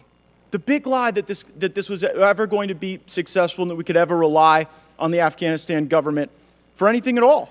General Milley, you kind of gave up the game earlier when you said you wanted to address elements of your personal conduct that were in question. We're not questioning your personal conduct. We're questioning in your official capacity going and undermining the chain of command, which is obviously what you did. You've created this whole chain of communication narrative. Did not undermine the chain of command in any manner, shape, or form. You absolutely did. And it did not. Well, you know what? You said yesterday that you weren't going to resign when senators asked you this question, and I believe that you guys probably won't resign. You seem to be very happy failing up over there. But if we didn't have a president that was so addled, you all would be fired, because that is what you deserve. You have let down the people who wear the uniform in my district and all around this country, and you're far more interested in what your perception is and how people think about you in insider Washington books than you care about winning, which this group seems incapable of doing. Ms. Houlihan is recognized. Thank you, Mr. Chair. And gentlemen, I apologize for the behavior of my colleague. I'm deeply, deeply appreciative of your service and of the decades of experience that you all bring to this conversation. Thank you so much for the opportunity to ask important questions of you, questions that ought to be asked of you in the spirit of our responsibility of oversight rather than provocation. So I just have a couple of questions of clarification from this testimony that's happened so far, and the first one is for you, General McKenzie. You mentioned something about, in your opening remarks, about you having looked at different branches to account for the complete collapse of the government and the Afghan military. That's the first time, frankly, that I've heard that scenario being articulated out loud. Most of the testimony that I've heard prior to this has been we could have never foreseen that. So as somebody who's a decision, a branching engineer type person, that's what I do. I'm intrigued to see if that is indeed what you did have and what the likelihood you put to that and the cost that you associated with that would be. So as we drew up the NEO plan, one of the assumptions of the NEO plan was that the Afghan military would be able to continue to secure HKIA, the airfield, because the Turks were there, but they only actually secured a small fraction of the airfield, maybe 20% of it. The rest of that long perimeter around the entire runway was actually secured by Afghan military forces. So our assumption was they would continue to perform that function. But since we stated that as an assumption, by the way we plan, we have to say if that assumption's wrong, because an assumption is a future hypothetical condition that we believe is going to occur. We felt that was always something that we should challenge. So we developed a plan if that assumption failed, if they melted away. So we had a branch plan that was developed as part of the overall NEO plan, where we would introduce adequate combat forces to physically take over securing the perimeter of that airfield in case the ANDSF did melt away. Well, as we got into the first week of August, it began to look increasingly likely that they would melt away. So I talked to the Secretary, talked to the Chairman, and we agreed to begin to flow forces in for that contingency. Thank you. And my question to you, related for all three of you, and perhaps we'd start with you, General, is how long have you believed that the Afghan military might not be up to the task of taking over and maintaining security against the Taliban? We discussed a lot of different timelines over the course of the last few months. Has it been inevitable for 5 or 10 years? How long have you been relaying that information or that concern possibly to any of our senior leaders or senior administration, if you could share that with us as well? Ma'am, so I'll start. I think it actually, from the relatively short-term perspective, I think the Doha Agreement and the signing of the Doha Agreement had a really pernicious effect on the government of Afghanistan and on its military. Psychological more than anything else, but we set a date certain for when we were going to leave and when they could expect all assistance to end. So for the first time, there was something out there in front of them. Now, I think that's an important thing. The other point would be, it's been my position and my judgment that if we went below an advisory level of 2,500, I believe that the government of Afghanistan would likely collapse and that the military would follow. And one might go before the other, but I believe that was going to be the inevitable result of drawing down to zero, and I've expressed that opinion in writing for quite a while. Now, so taking a look at that, that was sort of my best judgment on that. I believe that so going below 2,500, I think, was the other sort of nail in the coffin, if you will, that allowed the Afghan government, that led to conditions where, first of all, we could no longer see what was happening to the force because our advisors were no longer down there with those units. So let me give you an example. If we shipped a box of mortar rounds into Afghanistan, we would sign it over on the ramp at HKIA, and the Afghans would truck it away. There would be nobody below that level to help them disperse it, to see if it went to the bazaar or if it went down to the unit that needed mortar rounds. Thank you. I appreciate that. And Secretary Austin, it looked like you had something to contribute as well. I certainly agree with comments that General McKenzie has made. I would just add to that as a part of that agreement, we agreed to cease conducting air operations against the Taliban. So the Taliban got stronger. They increased their offensive operations against the Afghan security forces. And the Afghans were losing a lot of people on a weekly basis. In addition to that, we caused them to release 5,000 prisoners, and those prisoners, many of those prisoners, went back to fill the ranks of the Taliban. So they got a lot stronger. They continued their attacks. We got smaller, and so I agree with General McKenzie. That's when you could begin to see things really begin to head in a different direction. So with the last 4 seconds, I very much appreciate your time, and very intriguing that it seems like the Doha Agreement might have been a pivotal point. And thank you. And with that, I yield back. Thank you. Mr. Bacon is recognized. Thank you, Mr. Chairman. General Milley, you said today that you saw this as a strategic failure.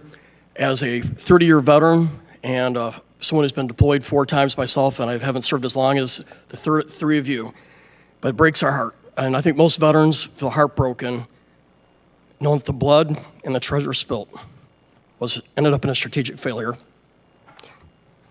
I think we're enraged by it. Then to have the president come out and say that this was a success and he had no regrets, that does not break our heart. That makes us mad as hell that he would say it that way. So I want to say that up front. Secondly, the fact that President Biden on ABC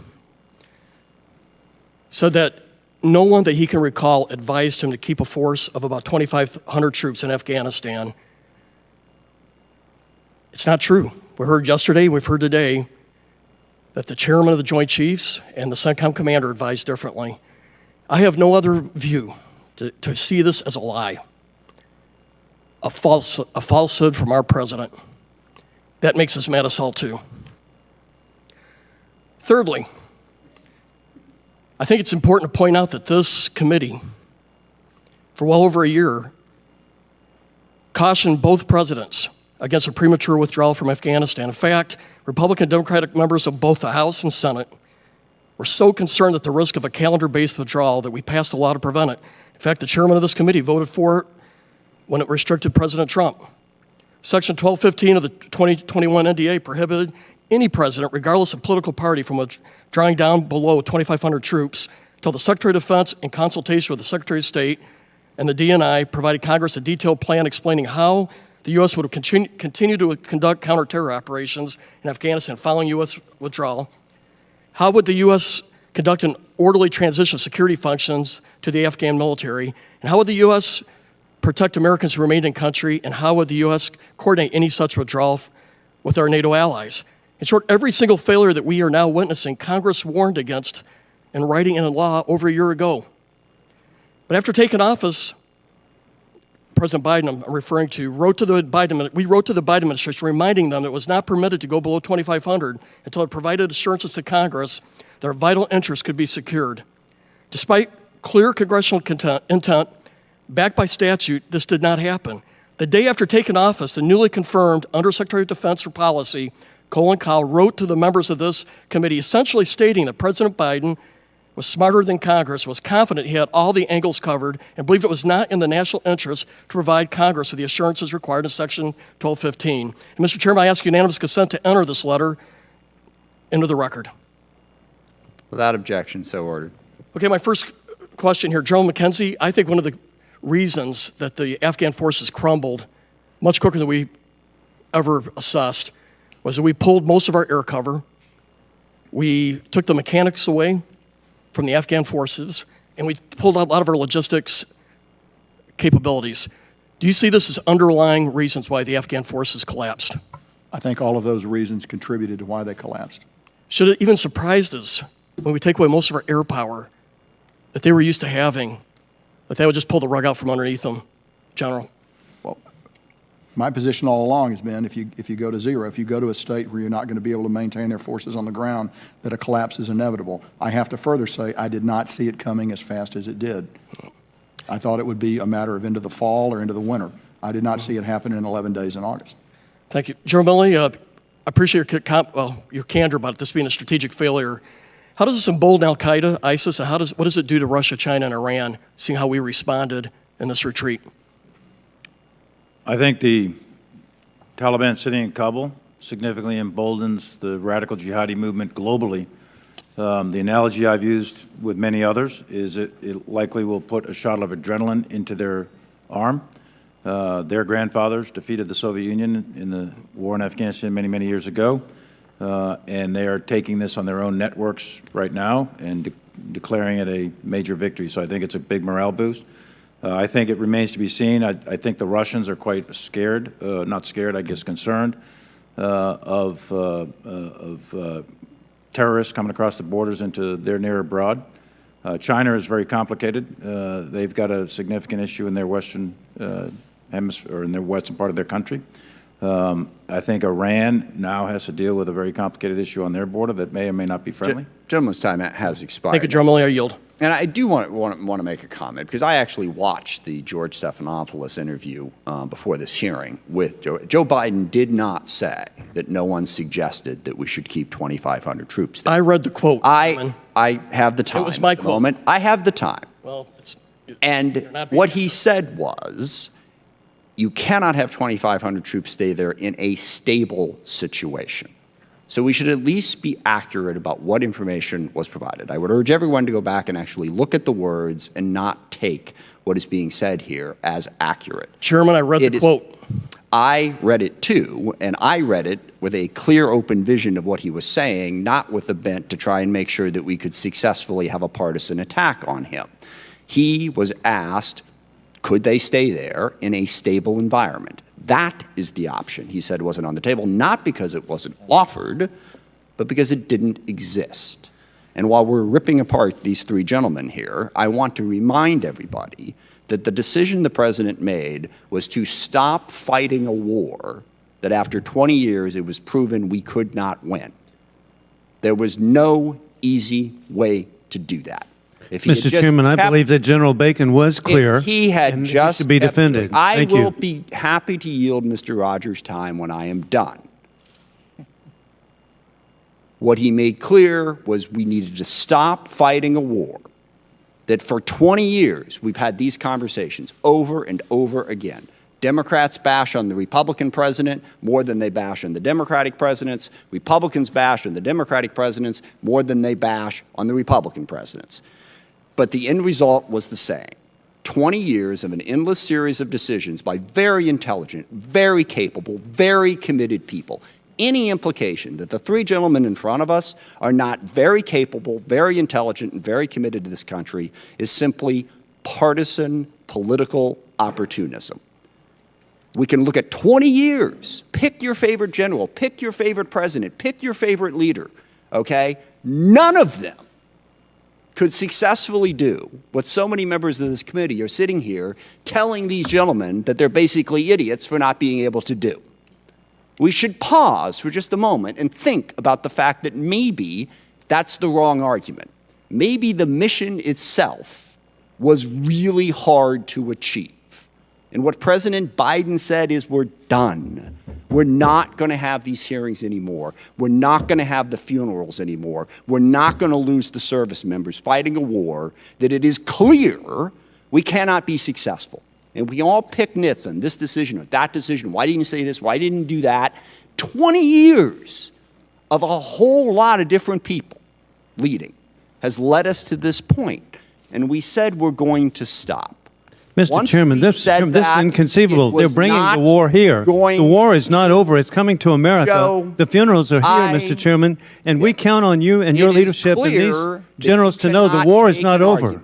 It is clear that you have to interrupt. Mr. Chairman, we're not done with this war. The point is, yes, we are going to have to continue to contain this threat. And 20 years of mistakes is an excuse for the failure of the withdrawal. Afghanistan was not succeeding. Mr. Chairman, point of order. I have to make that point. Mr. Rogers is the ranking member on the committee, and I will give him the time to respond.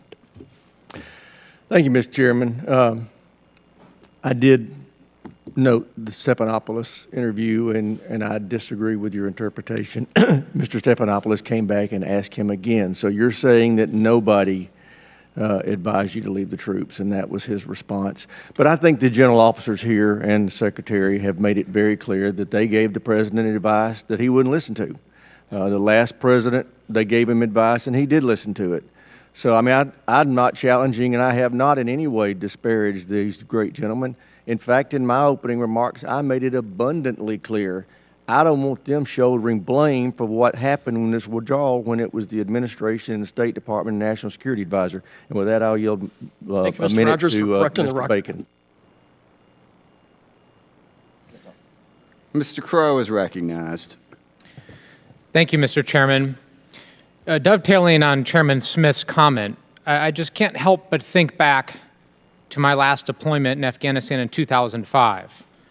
And there was a moment where I had been awake for several days, walking with a heavy rucksack in the mountains of Afghanistan, and wondering and asking myself, where was the debate? Why weren't people asking the questions then? Why weren't people paying attention? And I'm glad they are now, and I'm glad we are having this debate.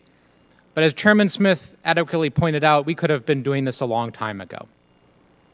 4 administrations, Republican and Democrat, 10 Congresses, Republican and Democrat.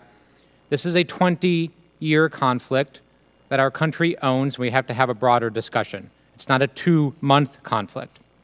And I appreciate your candor, and I appreciate the seriousness with which all 3 of you have dealt with this. So with that in mind, the fact that there are serious issues that have to be addressed, I have 2 lines of questioning. One about our continuing obligation to our partners, and the next about the planning in advance of the evacuation.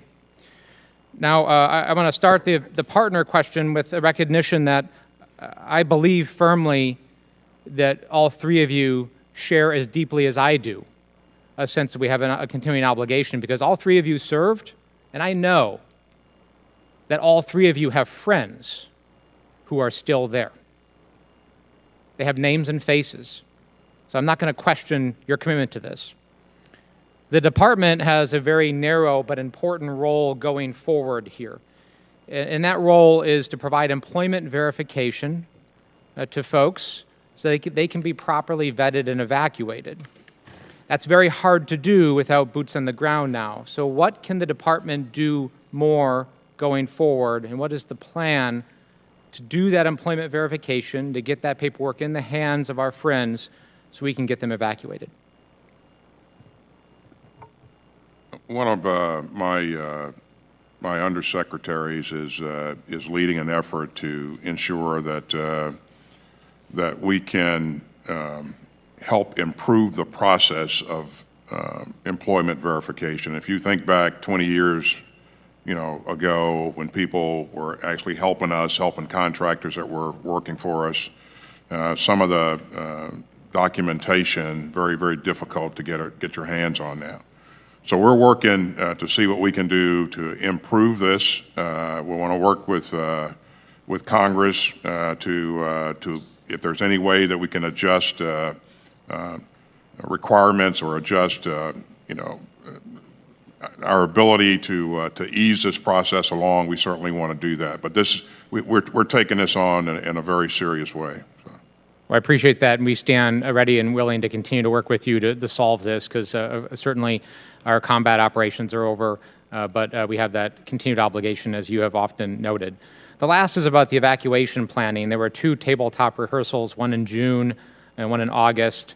The June 11th one dealt with processing of evacuees. These are interagency tabletop exercises that involve the Department of State. The August 6th one, my understanding, dealt with scenarios for both a permissive and a non-permissive NEO. So for the August 6th tabletop, the State Department was involved in that tabletop. Coming out of that tabletop exercise, did the department have, in your opinion, an adequate understanding as to the State Department's plan and role to conduct vetting and processing of evacuees at HKIA? I believe they did, but I also urged State, I felt that by nature the Department of Defense can move very fast on issues like this. I felt that we were not completely aligned with State on that. There were still some things they could do faster, and I believe they tried their very best to address those, particularly in terms of providing additional processing power, if you will, to move people through the chain from the consular officers and other people to move them forward. The State representatives took that message on board very seriously at the tabletop exercises. So the lack of complete alignment, in your view, has to do with the processing power that was necessary to push forward on the ground. There were probably other things. That was, from my perspective, as who was going to be responsible for identifying people, getting them out of Afghanistan and getting them into the pipeline. That's what I was personally most concerned about. There were other issues. That was my principal concern. Thank you. Mr. Chairman, I yield back. Congressman Crow, if I could just 2 other sessions before that, 28 April and 8 May. I think we owe you some answers for the gentleman's time has expired. I now recognize Mr. Banks for 5 minutes. Thank you. General Milley, why is it important for the military to be non-political? I think an apolitical military is critical to the health of this republic. General, why did you spend, you've already established yesterday and today, you spent a significant amount of time talking political book authors and political reporters, including Bob Woodward. What compelled you to do that? I believe that part of my job is to communicate to the media what we do as a government, what we do as a military, to explain to the people. And so I do interviews regularly with print media, books, documentaries, videos on TV, TV interviews. I think it's part of a senior official's job to be transparent, and I believe in a free press. What happens when a military general becomes a political figure? You would agree that's dangerous? I think it's dangerous, and I have done my best to remain personally apolitical and to try to keep the military out of actual domestic politics. And I made a point of that from the time I became the chairman, and especially beginning last summer. You told us, you told the Senate yesterday you hadn't read the book or any of the other political books that have come out, but I don't know how anybody could read the Bob Woodward book. I don't know how you could read it and not be greatly embarrassed about its contents, especially in how it's related to you. Are you embarrassed by the book? I haven't read the book yet. Are you embarrassed by the portrayals of the book? No doubt you're aware of them. Embarrassed, no. I'm concerned that there's mischaracterizations of me becoming very politicized as an individual, and that it's my willingness to become politicized, which is not true. I am trying to stay apolitical, and I believe I am. That's part of my professional ethic, and I'm trying to keep the military, the actual military, out of actual domestic politics. I think that's critical. Do you regret speaking with Bob Woodward? No, I think that it's important for me to speak to the media. I want to talk about some of the contents of the book. Since you haven't read it, maybe I can read some of it to you. We've already heard a little bit about the back and forth with you and Speaker Pelosi. But in that conversation, you said in a phone call with Speaker Pelosi, she said, quote, "Republicans are enablers of President Trump's behavior. You know he's crazy. He's been crazy for a long time." You replied, "I agree with you on everything." That was repeated 3 times in the prologue of the book Peril, that you told Speaker Pelosi that you agree with her on everything. Is that an accurate portrayal of your recounting to Bob Woodward about those conversations? Not exactly, no. I think that, so in fact, I know what I said. Is Bob Woodward wrong? Is that portrayal wrong? In fact, I know what I said, which was, Madam Speaker, I am not qualified to determine the mental health or assess the mental health of this president or any president. Did you tell the Speaker that you agreed with her on everything? And what I was referring to when I said that was I agree that we need to have the processes and procedures in place to make sure that we don't have an accidental or illegal or unauthorized use of nuclear weapons. And I do agree with that. And we do have those procedures. You said you agreed with her. According to Bob Woodward, I'm not agreeing with Bob her. Woodward is right or you're right. I am not agreeing with her assessment of the president, nor with the book also goes on in talking about the January 6th riot. It says that you told Bob Woodward that you wrote in a list in your notebook of groups that you personally believe were responsible for the attack and that you associated with it. Quote, and you call these groups, quote, domestic terrorist or this domestic terrorism. That list included in your notebook, according to Bob Woodward and from your conversations with him, Nazis and Oath Keepers, but it also included 2 conservative media outlets that you listed in your notebook, including the Epoch Times, which, by the way, is a news outlet that was founded by critics of the Chinese Communist Party, and Newsmax, which is the 2nd most watched conservative media outlet in the country today. Do your notes about January 6th reference both Epoch Times and Newsmax as on a list of domestic terrorists? I'm not recalling this conversation at all. It's in the book. It may be in the book. I haven't read the book. I'm not recalling a conversation about Newsmax, Epoch Times. Do you have a notebook that lists Newsmax and Epoch Times as domestic terrorists as recounted by the Bob Woodward book Peril? Or is Bob Woodward lying to us in the book? I don't know.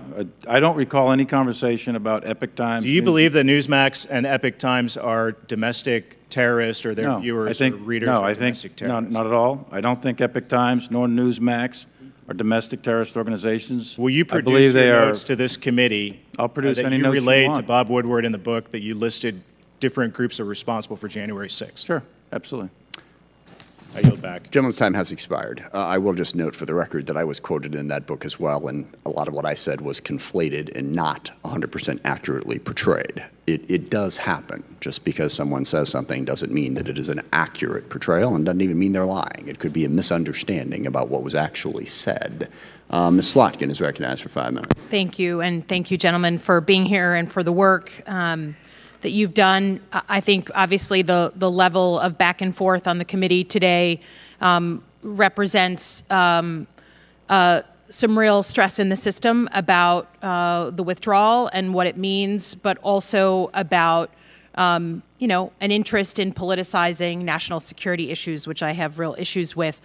Can I just ask, I think the question I get asked the most in my district about our withdrawal from Afghanistan is, are we safer now than we were on September 10th, 2001? And I believe, and I've certainly answered many veterans who have reached out, that I believe their work was valuable and worthy. We kept al-Qaeda and other groups distracted and destabilized so that we could build up our national security apparatus, our homeland security here, to make us safer. So it is, of course, hard to hear from this panel that right now we are safer, but we have to watch for the reconstitution of these terrorist groups. No one likes to hear that. I would ask that we get a classified briefing on our over-the-horizon posture, just so we understand. I understand we can't do it in open session, but just so we understand what, on this committee, what we can expect when it comes to watching those threats. So I'd ask for that commitment. But as someone who served in Iraq with the CIA, we watched the reconstitution of al-Qaeda in Western Iraq, which became ISIS. What are the tripwires, I guess Secretary Austin and then General Milley, that you are looking for that would push you to engage the White House and say, hey, we have a real problem here? What are those specific things that you're looking for that would change your assessment from one of, we're all right now, to we need to take more significant military action? Thanks. First, on your request for an over-the-horizon capability brief, we'll certainly sign up for that. I committed to the chairman to do that early on, and I'll have General McKenzie and the Joint Staff and my policy people in that brief as well. Thank you. In terms of specific areas that we're focused on, we're looking at their ability to develop a capability to export terror to the homeland here. Whether or not, if we see senior leaders beginning to have freedom of movement in Afghanistan, if we see them developing capability in training camps and other things, if we see them moving people back and forth across international boundaries, those are things that we're looking for. And again, it will take time to develop this a true intel picture of what's going on. And we've begun that work, and we'll continue. We'll remain focused on this throughout. General Milley. The specific indicators and warnings I'd like to take to a different session, but in general, what we're looking for, leadership, capability, training, those sorts of things, and demonstrations of intent that al-Qaeda and or ISIS is going to do external operations against the United States or our interests. If we pick up on those, then it's our obligation to present the President with options to deal with it. And General Milley, we've seen some reports that in our attempts to try and get over-the-horizon posture in countries around Afghanistan, that we've had discussions with the Russians about some cooperation. Can you help us understand that? For those many of us, that just gives us, like, the hair on our neck starts to go up. Can you explain to us what we're discussing with the Russians and what we are willing to do and not do with the Russians? Again, I'd prefer to take that into a classified session. As you probably know, about a week or 10 days ago, I discussed over in Europe with the Russians, had a session with 32 Chads and from all the European NATO nations, and then I had a separate session with my counterpart, General Gerasimov. And I can talk to you in a classified session about that, but in the main, we're not asking permission, we're not negotiating, I guess is the word, but President Putin and President Biden had a conversation, and I was following up on that conversation at other direction, direction of my superiors. I would just say, I think given that it's not permissible right now to share classified information, this committee should be informed should there be any movement towards that with the Russians. Thank you. General Lady's time has expired, and we've had classified we will have continued classified briefs, as we have said, as many members have said, I think accurately. The counterterrorism strategy in South Asia is going to be a crucial policy issue for all of us to deal with going forward. Ms. Cheney is recognized. Thank you very much, Mr. Chairman. General Milley, on January 6th, we had a violent attack on our Capitol. It was an effort to stop the constitutionally prescribed process of counting electoral votes. It's the first time in our nation's history that we did not have a peaceful transfer of power. In the aftermath of that attack, many of the members of our constitutional system failed to do their duty. Many of them punted. Many of them today are still attempting to obstruct the investigation into that attack, attempting to whitewash what happened. General Milley, you found yourself in your constitutionally prescribed role standing in the breach. And for any member of this committee, for any American, to question your loyalty to our nation, to question your understanding of our Constitution, your loyalty to our Constitution, your recognition and understanding of the civilian chain of command is despicable. I want to apologize for those members of this committee who've done so, and I want to thank you for standing in the breach when so many, including many in this room, failed to do so. With respect to Afghanistan, the only question for us with respect to the deployment of forces in Afghanistan or anywhere else is, what does U.S. security require? In the circumstances we found ourselves in Afghanistan, the deployment of our forces was allowing us to conduct counterterrorism operations, counterintelligence operations, enabling us to prevent terrorists from establishing safe havens. General Milley, terrorists now have an entire country of Afghanistan.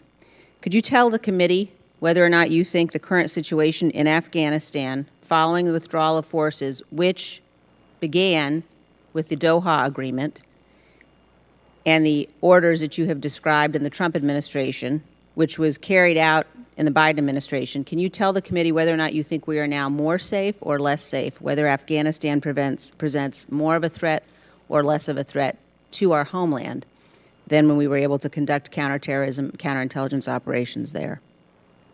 I think right now, right this minute, we are more safe because of the efforts over the last 20 years. However, I do think that conditions are more likely than not to develop over the course of time that will allow for the reconstitution of al-Qaeda and or ISIS. And that time varies depending on which analyst you're listening to, but sometime between, say, 6 to 12 and maybe 36 months. And when you look at the situation that we face today in terms of what's going to be necessary, the loss of life, the loss of treasure has been tragic, has been devastating. But when you look at where we are likely to find ourselves, do you think that our ability to defend ourselves will now be more expensive, will cost us more in terms of lives and treasure going forward, or do you believe that the withdrawal will present a situation where we have to devote less resources to the war on terror? I think the ends are going to remain the same to protect the American people, but the ways and means are going to change. And I think it's going to become much more difficult now in order to conduct counterterrorism operations against a reconstituted al-Qaeda or ISIS in Afghanistan. Not impossible. We have the capabilities and means to do that, but it will be more difficult. Secretary Austin, are members of the Haqqani network still a potential target for the United States military? We do recognize that members of the Haqqani network are recognized terrorists, yes. So they are a potential target for the United States military? Potentially, yes. Secretary Austin, the Biden administration has been saying that the Doha agreement is still in effect and that they will hold the Taliban to their, quote, counterterrorism commitments in the Doha agreement. But the Taliban is using this agreement to protect terrorists. The Taliban is intertwined with the Haqqani network. Al-Qaeda has in fact sworn buyout to the Taliban. So can you explain exactly how that agreement that's enabling terrorists is going to be useful as some kind of a tool to hold the Taliban to any kind of a commitment? I think we should do everything within our power to keep pressure on the Taliban to do what they said that they were going to do, and we heard what they said. We will watch their actions, but I think we should continue to apply pressure wherever possible to cause them to keep Al-Qaeda activity in check. And again, you've heard us say a couple of times today that we recognize that this is the Taliban. And trust is not an issue here necessarily. We hear what they're saying. We're watching what they do. Thank you, Mr. Secretary. My time has expired. Ms. Sherrill is recognized for 5 minutes. Thank you, Secretary Austin, General Milley, General McKenzie. I have quite a few questions, and some I may have to submit for the record, because I think it's important to start with this and somewhat echo my Republican colleagues' opening. We've continued to see attacks on our democracy and our values from members representing what, at least historically, would have been the extreme elements of the Republican Party. Attacks including, but not limited to, the horrible attack on our Capitol and our Congress on January 6th. And one of the cornerstones of our democracy and our government is civilian, not military, rule. This is sacrosanct to those of us who've worn the uniform. And, judging from the attacks by some members of this committee, poorly understood by those who have not. I have concerns about how the NEO was executed, but I must applaud all of you for scrupulously ensuring our civilian government remained the decision-making authority as you continued to provide your best military advice, even when, at times, your advice differed from the decisions made. Thank you. I'd like to now turn to some questions that I have related to the timeline of events. So, as I understand it, in February of 2020, President Trump made an agreement with the Taliban to withdraw U.S. troops by May 1st, 2021, in exchange for several conditions, including a halt to attacks against U.S. forces and cutting ties with al-Qaeda. By the time he left office, President Trump had drawn down forces to 2,500 and publicly indicated his intent to complete the withdrawal if he had been reelected. And I think, Chairman Milley, you mentioned the 10 November 2020 withdrawal of troops by 15 January 2020, which was rescinded, and then the 17 November 2020 drawdown to 2,500 by 19 January. Is that correct? It was a memo dated 11 November, 2 days after Secretary Esper was fired. And then on the 17th, it was rescinded. The first memo said go to 0. The second one said go to 2,500.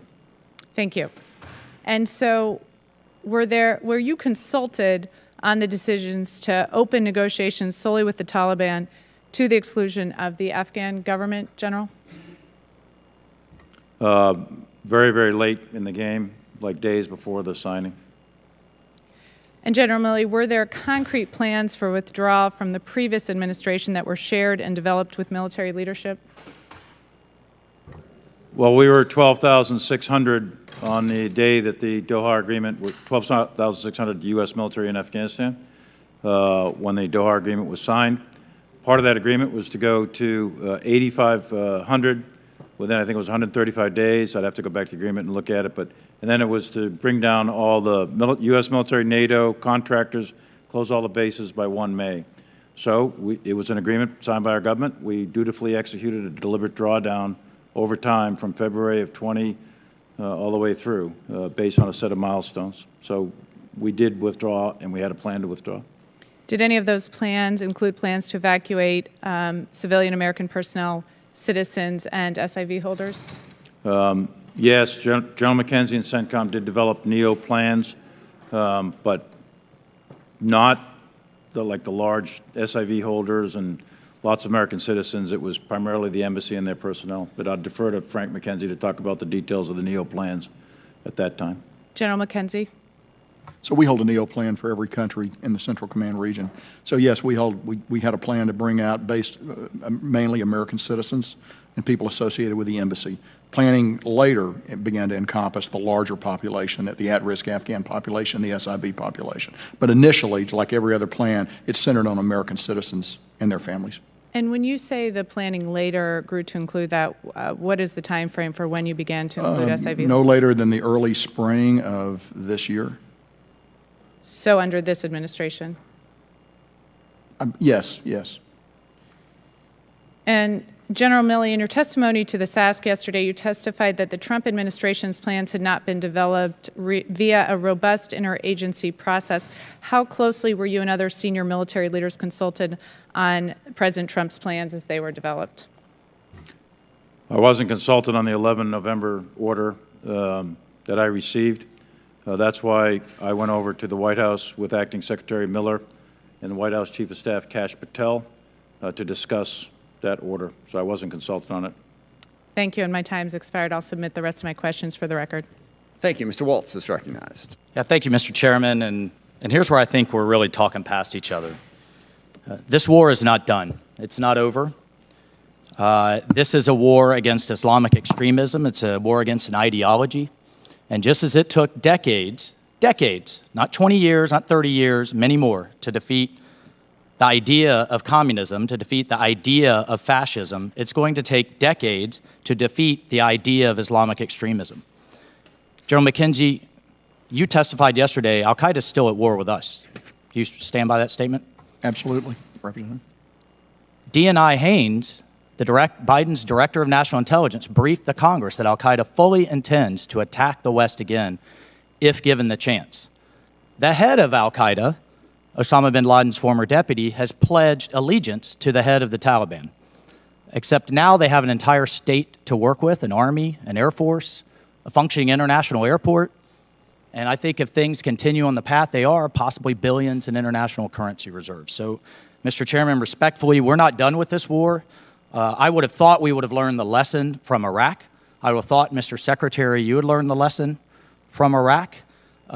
Where we pulled out in 2011, Mr. Chairman, you issued a statement praising that pullout as ending that war, and yet we found ourselves 3 years later with soldiers going back in. So, but let's look at the situation, because I think the American people need to understand this. Here we have Iraq. We pulled out, led to the rise of the ISIS caliphate, which was obviously a morphed entity from Al-Qaeda. Look at all of the bases that we had to deal with when we went back. We had bases in the Gulf. We had bases in Kuwait. We had bases in Turkey, in Jordan, of course in Israel, allied bases in Cyprus. We had allies on the ground in the Kurds. We didn't let ISIS take over the government in Baghdad and the army and all of the functions of the state. We had all of these assets to work with to go clean up that mess. And how many soldiers and lives did we lose from cleaning up that mistaken withdrawal, Mr. Chairman? But let's transition over here to Afghanistan. What do we see?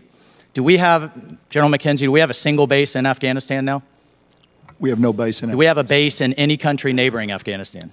We do not. Do we have any local allies approaching the capability of the Kurds? We do not. There may be some options, but we do not. We have the Northern Alliance. The Panjshir has been taken. Frankly, they're being slaughtered right now as we speak with our weapons, with our damn equipment. Our allies are being slaughtered. Every morning we wake up to beheading videos, to executions, to people being hunted down with our own database. But when and if you have to present options to the president, how many soldiers are we going to lose? Because we have no allies on the ground, we have no bases in the region. Now we're going to get to really the crux of the issue, which is over-the-horizon counterterrorism. Those drones have to fly all the way around Iran and all the way up Pakistan and lose 70 to 80% of their fuel before they even get anywhere near a target. And we just saw from the failed attack, the botched attack, that you have to have multi-intelligence confirming what that drone operator is seeing. I've called it in.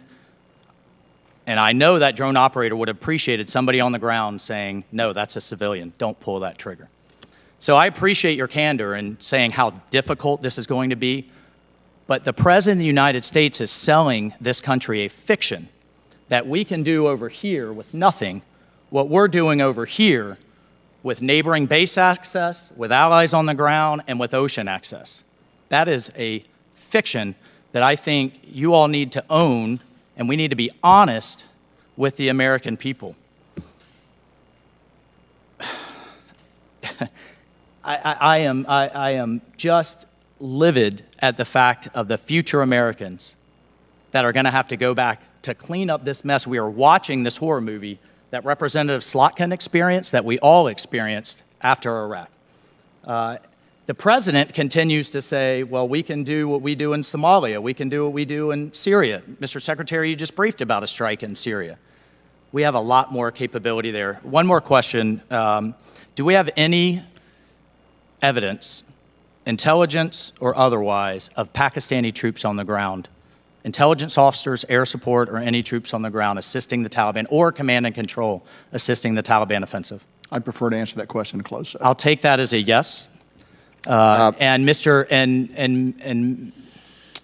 Chairman, Mr. Wells, your time has expired. That's not going to go to a civil war. It's going to go to a regional war. And just for the record, we're not going to put words in the mouths of our witnesses. You can't take it as a yes if it was not, in fact, a yes. Ms. Escobar is now recognized. Thank you, Mr. Chairman. Gentlemen, thank you so much for your incredible leadership, your patriotism, and your service to our country. I am very grateful for it. I want to begin by saying that I am incredibly privileged to represent Fort Bliss. I represent El Paso, Texas, and Fort Bliss is offering hospitality right now to nearly 10,000 Afghan guests. And I want to say to those service members how proud I am of the work that they're doing to offer that hospitality. I had the privilege to tour the Doña Ana village last month with NORTHCOM Commander General Van Herk. Got to speak to many of those service members. Morale is high. And I could not be prouder of what they're doing. Had an opportunity also to speak to our Afghan guests as well and get a sense from them how they're doing. We know that the die was cast with the Doha Agreement, an agreement that former President Trump entered into with the Taliban and the Taliban alone. We have learned that it was that agreement that demoralized the Afghan army, and the Taliban moved in and began making deals with them which expedited their control. We know that demoralization contributed to the rapid fall, the rapid fall of Afghanistan, which shocked us all. General Milley, earlier you told us that when former President Trump entered into the Doha Agreement, there was a setting out of very specific conditions that were to be met by the time of the May 1st drawdown. Is that correct? That's correct. General Milley, how many of those conditions had been met when former President Trump then announced he wanted to speed up the withdrawal from May 1st to January 15th, 2020? There was only one condition that was met. That was the condition that asked that the Taliban committed to not striking against U.S. forces and our coalition forces, which they did not do. And when then President Trump announced the expedited drawdown, was he aware that 4 of the 5 conditions had not been met? I believe yes. Do you know the significance, if there is any, of the January 15th expedited drawdown date? I don't. I was handed a piece of paper and went over and talked to folks in the White House, and it was rescinded. I don't know why that particular date was picked. Okay. Have we learned, or do we know whether those announcements of expedited withdrawal added to or exacerbated the demoralized nature of the Afghan army? Well, the 11 November order was not announced, but the drawdown to 2,500 was. We have detailed reporting, but I believe, and we'll do this in AARs, I think that was one of many contributing factors, not the only one, but one of many contributing factors to the declination of the morale of the Afghan security forces. Thank you, General Milley. You've also described the outcome of this withdrawal as a strategic failure. Can you share with us what would have been considered success for the administration, the service members and military experts who've been involved in this conflict for over 2 decades, and what it would have taken for us to get to success? I think, my opinion was, and that success would have been a negotiated solution between the government of Afghanistan and the Taliban for a shared power-sharing arrangement in their government, and an end to the civil war in that manner. I also assessed that the probability of that actually happening was low, but I did think that there was a possibility, and it wasn't zero. So a negotiated solution, I think, was probably the best way to describe a proper end to this war. I don't think that there was a military solution by us to destroy, defeat the Taliban. I think that was not in the cards.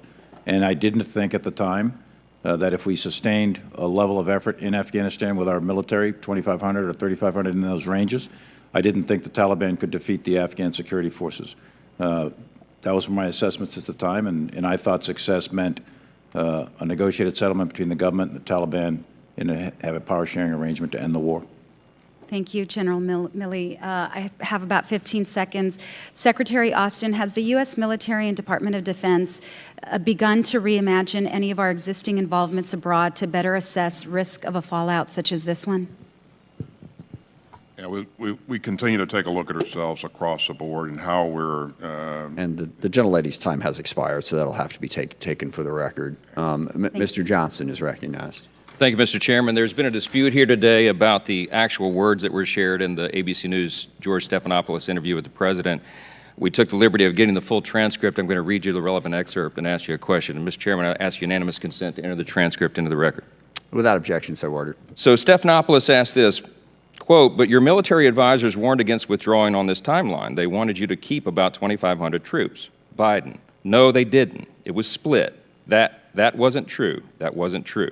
Stephanopoulos, "They didn't tell you that they wanted troops to stay?" Biden, "No, not in terms of whether we were going to get out in a time frame all troops. They didn't argue against that." Stephanopoulos, "So no one told, your military advisors did not tell you, quote, 'No, we should just keep 2,500 troops? It's been a stable situation for the last several years. We can do that. We can continue to do that.'" Question. Biden, "No, no one said that to me that I can recall." So, gentlemen, with all due respect, the American people deserve to know the truth in all this. They're asking us to get the truth. So here's the thing. There's only three possibilities here.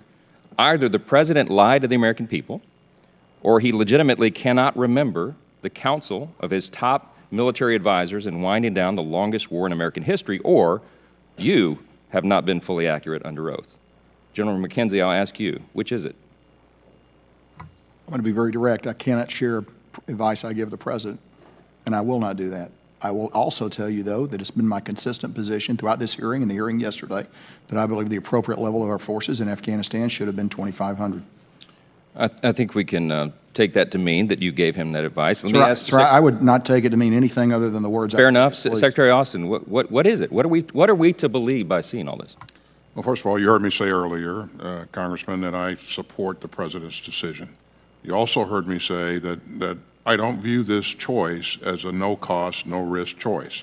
I do believe that if we left 2,500 people there for a long and extended period of time, you'd eventually have to reinforce those people because the Taliban was committed to attacking us. Mr. Secretary, I understand all that. What we're trying to get to is, what did the President know? Did he forget what was told to him, or is he not being truthful? I view that as an inappropriate question, and I won't. Well, you may, but the American people don't. Okay. And the American people want and deserve accountability. And we even have service members like Lieutenant Colonel Stuart Scheller being thrown in the brig for suggesting that. The public's faith in our institutions continues to erode precisely because everyone in the D.C. bubble appears to have some sort of immunity from the basic standards the rest of America is expected to live by. This is quite clearly one of the biggest military and foreign policy blunders since our withdrawal from Vietnam. So my question for all of you is very simple. Where does the blame lie? Mr. Austin, Secretary Austin.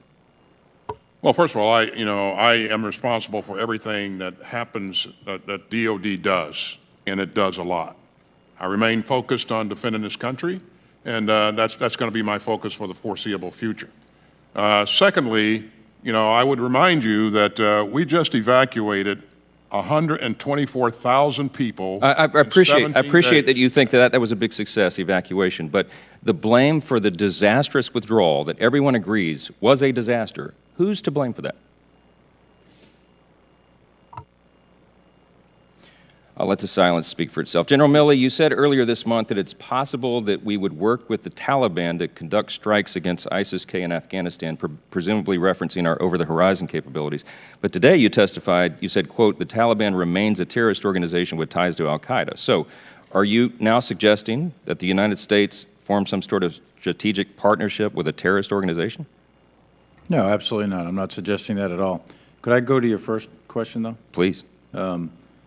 Like Frank McKenzie, like General McKenzie, it's not our purview to share specific discussions with the President in terms of national security decision-making. But it was our opinion at the time, and it's been very consistent. And I would also tell you that this administration did, and I was part of it, along with the Joint Chiefs, a very rigorous process. And this President was one of the most informed decisions that you can imagine in terms of all sides of the argument. We in the military, in the uniformed military, we look at the cost, the risk to force, the benefit, et cetera, in a narrow, focused view. Other decision makers have a much wider angle. I appreciate that. But what we're left with in the 9 seconds I have left is that we're supposed to believe that the President was either not informed by you of these very important factors or he forgot it. Either one is alarming. Gentleman's time is expired, and since the transcript was submitted for the record, we read through this kind of quick, but Mr. Stephanopoulos says, your top military advisors warns against withdrawing in this timeline. They wanted you to keep about 2,500 troops. No, they didn't. It was split. That's what the President said. He didn't say, no, nobody advised me. It was split. Mr. Chairman, read down 2 more lines. I'll be done just a second, then I'll yield it back to you. And then Stephanopoulos says, no, no one said we should just keep 2,500 troops. It's been a stable situation for the last several years.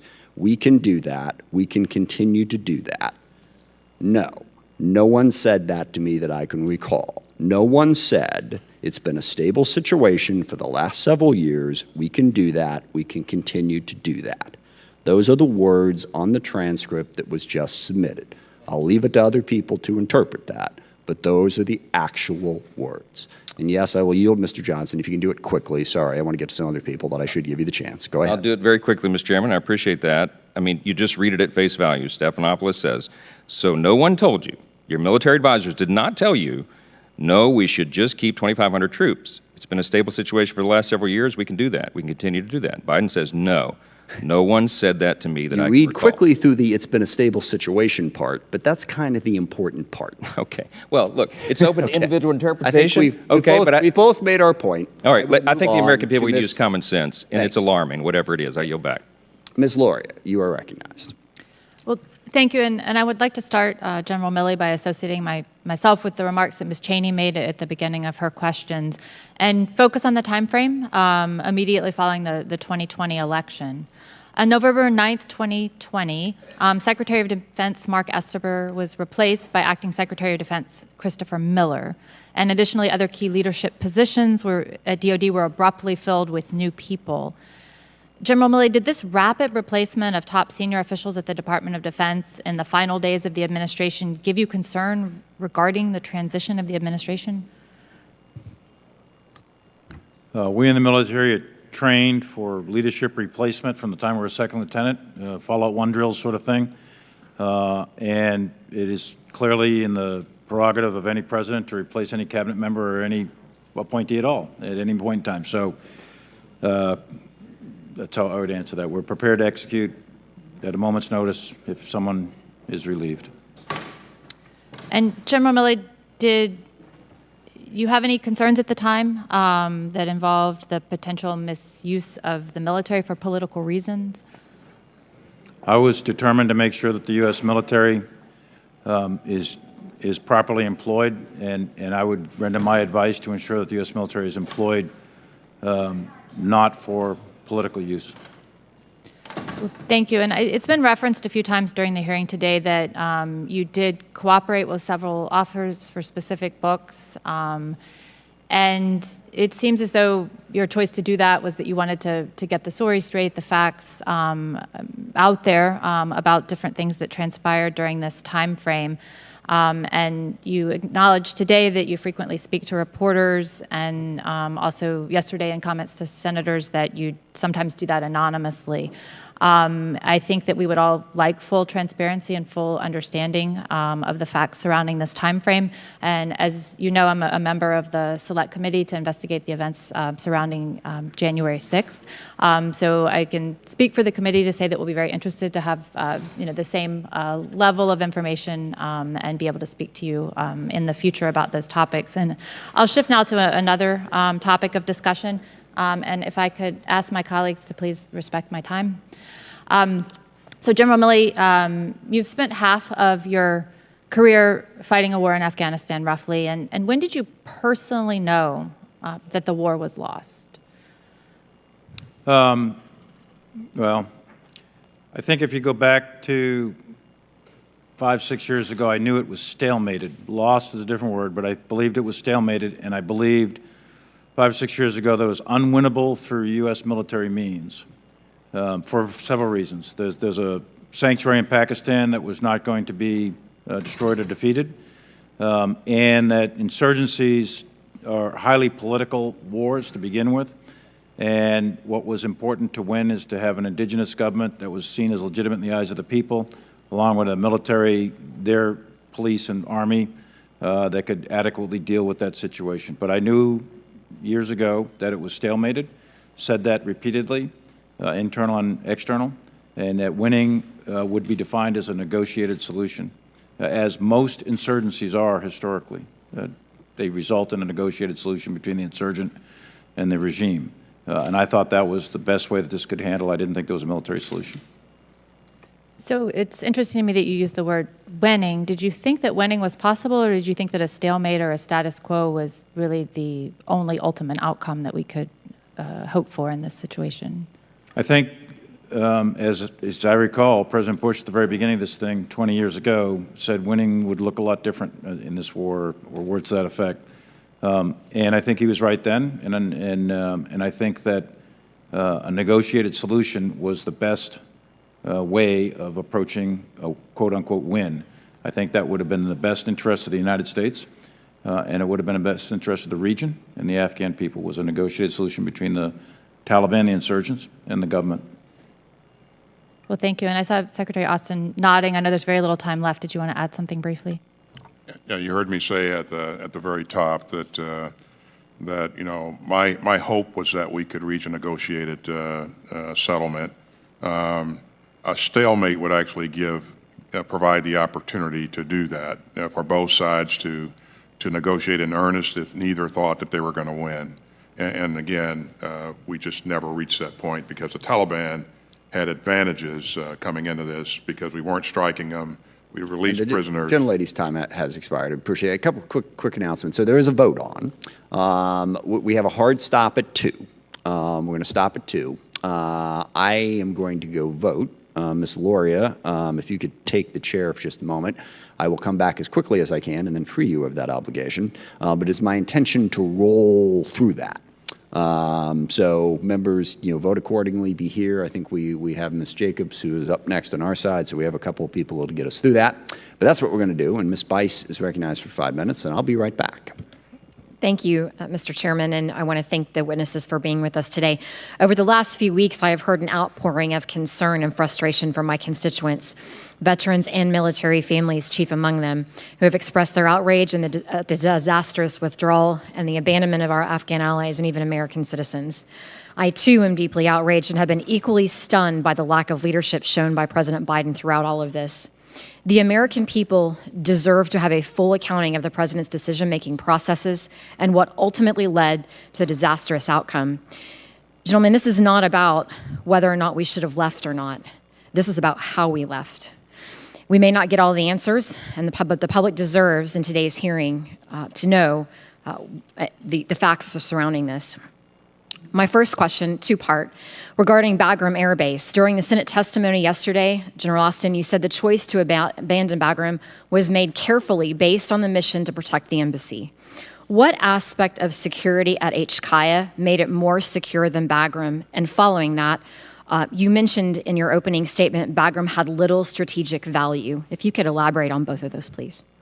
I certainly didn't say Bagram has little strategic value. In my opening statement, we can certainly we can break it out and go through it line by line if you'd like. I would point out to you that I commanded Bagram at one point in time, so there may be other people in the room who have done that, but probably not. So I know a lot about Bagram and what it offers. The key point here is that the embassy was in Kabul, and our mission at transition was to provide security, additional security for the embassy. And in the event of an evacuation, we would have to start with evacuating the embassy first. And so Kabul makes it provides everything that you need to be able to do that. Capacity, the proximity, and so I think it was the right choice. But isn't it accurate that HKIA has one runway, whereas Bagram had multiple runways, which would have made it easier for the evacuation of individuals from? And that's a great point. I'd have to secure it. Now, the reason that we could stay there with 2,500 people earlier was because we had the Afghan security forces securing the outer perimeter of Bagram. If you no longer have that, then you have to commit 5,000 or 6,000 troops to do that, and then secure it, defend it, and then run the air ops. So that's a substantial additional commitment of resources. General Milley or General McKenzie, anything that you'd like to add? I'd just like to briefly talk about Bagram. It has two runways, but that's actually not what you want to examine when you want to look at an airfield. It's an arcane thing called a MOG. It's the ability to load aircraft and move aircraft around on the runway. And HKIA had better facilities than Bagram for that. Additionally, as the Secretary noted, the simple distance from where the people are had to be a planning factor. And last, of course, we were under direction to go to 650 to secure the embassy. So Bagram was not an option under those circumstances.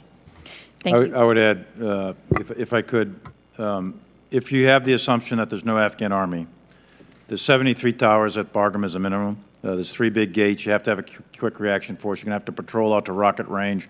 And then you're going to have to secure this 30 miles of road between Kabul and Bagram. We would have never been able to get 124,000 people out of Bagram. It just wouldn't have happened. The center of gravity of a NEO was always going to be HKIA. The security issues clearly are different at HKIA than they are at Bagram. But Bagram was really not a feasible option given numbers of troops, distance, and the security requirements. Thank you, General Milley. Follow-up question. You mentioned, having to evacuate so quickly. Do you trust the information that you are receiving from our intelligence community? General Austin? I have confidence in the information that we get from the intel community, yes. That doesn't say that they will be 100% right all the time, though. Given the fact that it seems as though they did not at all plan for a complete surrender of the Afghan forces upon the withdrawal of U.S. troops. They predicted that outcome, but a different timeline, as you've heard us say before. So. In addition to the botched over-the-horizon activity that killed 10 Afghans, still believe that the intelligence community can be trusted and is effective? Again, I have confidence in the intel community in terms of... The gentlelady's time has expired. I will now recommend Ms. Jacobs, or recognize Ms. Jacobs for 5 minutes.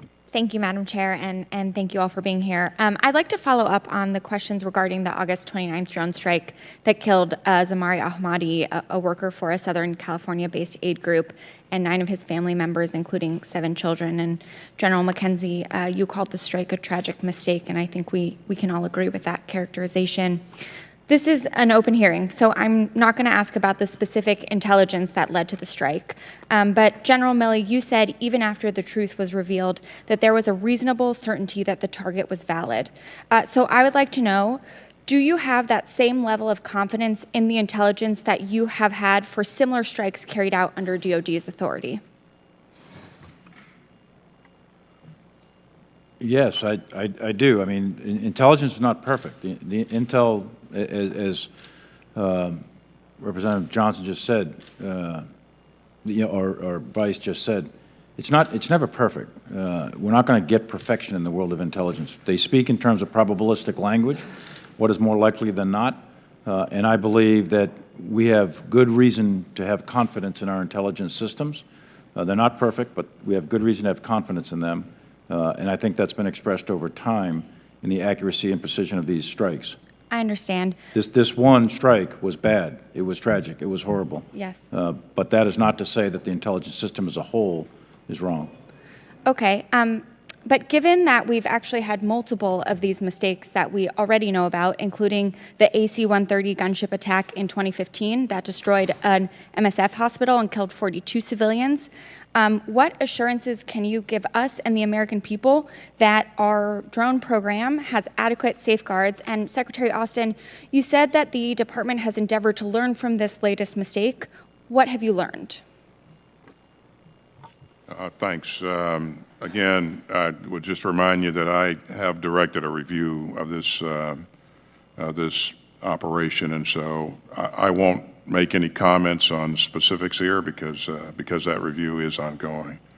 But in terms of our commitment to learning from all of our operations, we remain committed to doing that, and we are specifically concerned whenever there is an inadvertent loss of life and injury to civilians.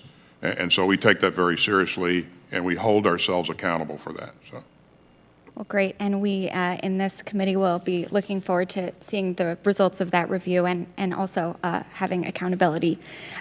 General McKenzie, yesterday when asked by Senator Mark Kelly about the over-the-horizon counterterrorism, you said, and I quote, "As we go forward and our ability to create the ecosystem that allows you to see on the ground and put it together is going to be harder in places like Afghanistan," end quote.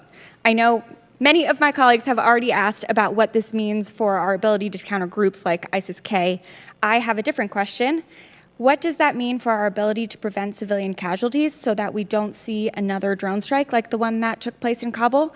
And if the ability to prevent civilian casualties becomes harder, will you and CENTCOM take extra precautions in selecting target packages, or how are you planning to deal with this extra uncertainty?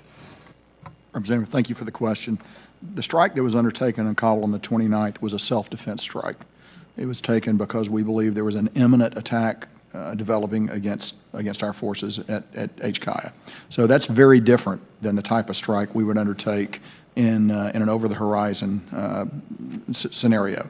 And the principal differences would be this. We would not be under the acute pressure of time because we thought the attack was imminent. Because if we're striking a target in Afghanistan, there's actually no imminency to that attack.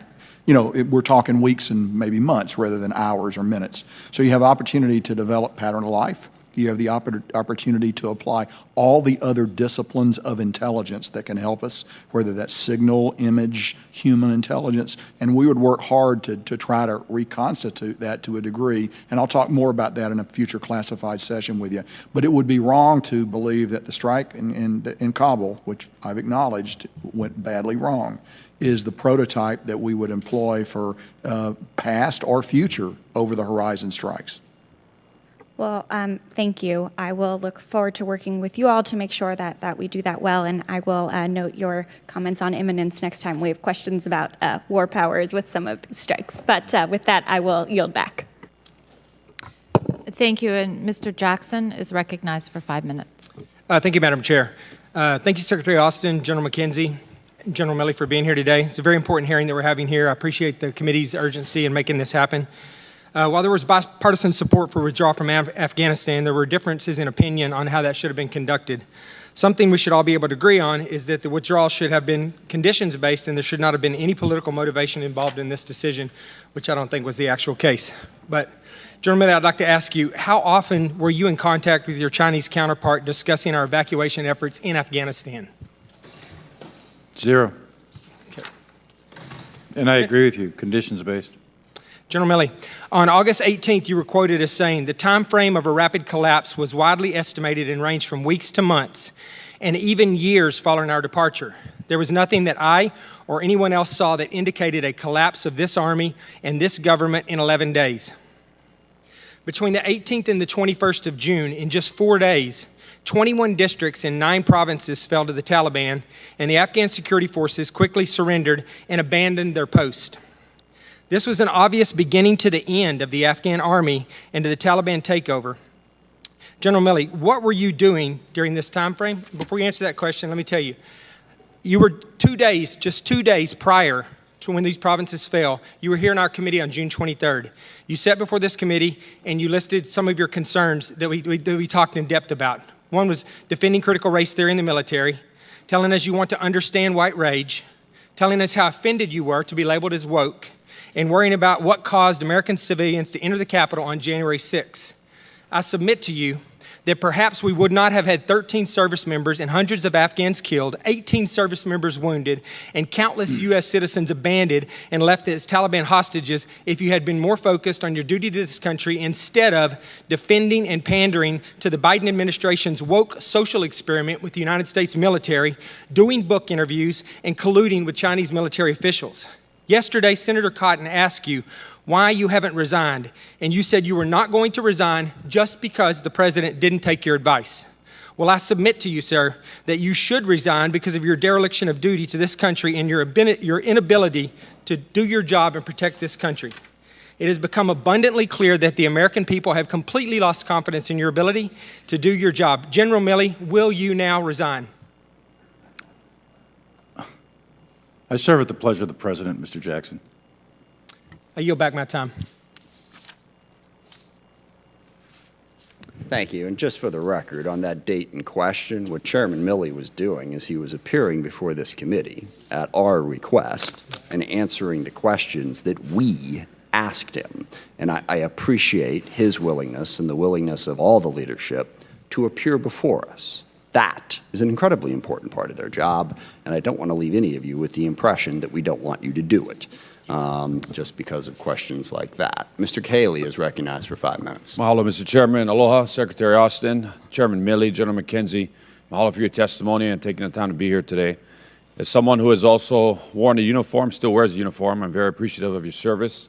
And having first deployed to Operation Enduring Freedom in 2005, I am glad that U.S. involvement in the war is over, and I support the President's decision. However, I'm concerned that the accelerated withdrawal, the strategic failure and fall of Afghanistan to the Taliban has damaged U.S. credibility with our allies and partners. As a former C-17 mission commander, I will never forget those images that I saw early in the morning of 15 August from Kabul, where total chaos at HKIA and Afghans falling out of the sky, desperate to flee the country. So I think my testimony, my question was focused on Secretary Austin's testimony, and it's really on the NEO operation that my colleagues, Rep. Crow and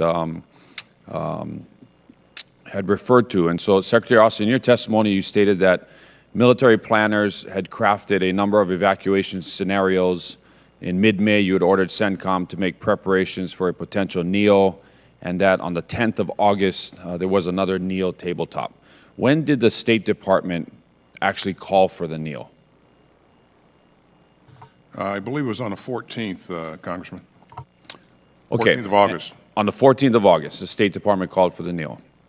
So you stated in your testimony that the NEO remains among the most challenging military operations, even in the best of circumstances. And the circumstances in August were anything but ideal. Extreme heat, a landlocked country, no government, a highly dynamic situation on the ground, and an active, credible, and lethal terrorist threat. And that also in your testimony that you had offered input to the State Department that although mindful of their concerns that moving too soon would actually cause the very collapse of the Afghan government that we all wanted to avoid, but that moving too late would put our people and our operations at greater risk.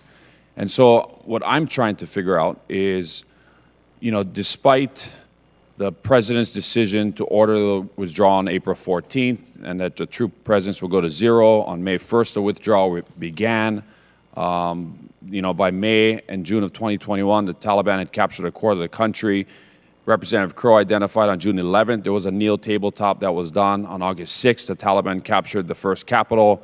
On August 10th, we did a tabletop. Why were we doing a tabletop on August 10th when the Taliban was rapidly advancing to Kabul? On August 14th, Jalalabad and Mazar Sharif fell, and by August 15th, the Taliban had entered Kabul. So that's what I'm trying to figure out, Secretary Austin, is why did we wait I know we had to wait for the State Department to call for the NEO, but why did we wait so long to do that? Even though we had pre-positioned forces, as you had mentioned, in Afghanistan, we had the 24th MU there, 82nd Airborne was coming in, but the airfield was still in total chaos on August 15th.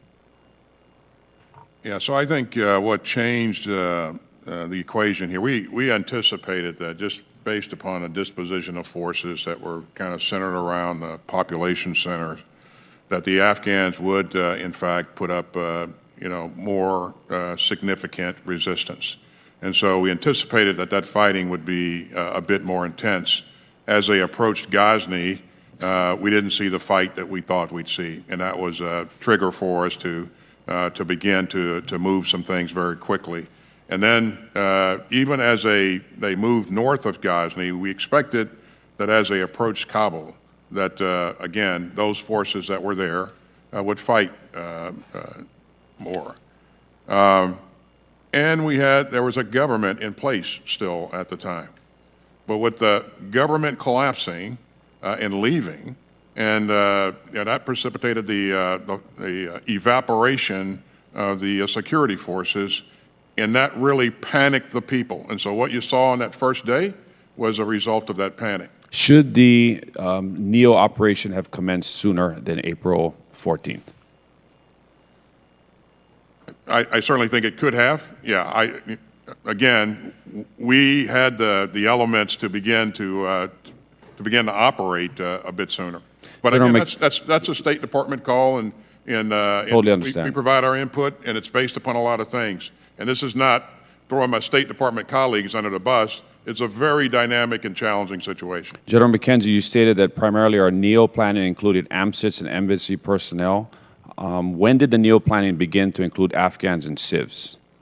Late in the spring, early in the summer. All right, we began to broaden that plan. Thank you for your questions. Thank you. Mr. Franklin is recognized. Thank you, Mr. Chairman, and thank you, gentlemen, for your patience and persistence these last 2 days. I understand. I know there's a lot of hours to be sitting before all of us, and when you're tailing Charlie like I am in this batting order, most of the ground's been broken. But I do have a couple things. But first, I was kind of puzzled hearing General McKenzie's characterization of our departure now out of Afghanistan as being something other than a surrender.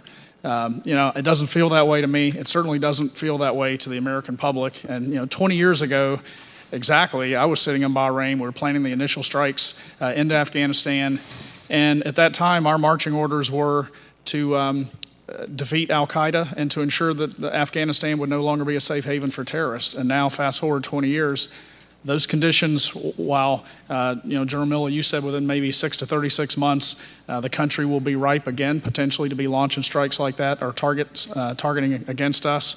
It doesn't feel like it's anything other than a surrender. But General McKenzie, you had mentioned that holding Bagram was untenable under the circumstances, and that the Bagram option went away when you were given an end strength of 650. I understand that. I assume that you mean that it was untenable because of the troop limitation.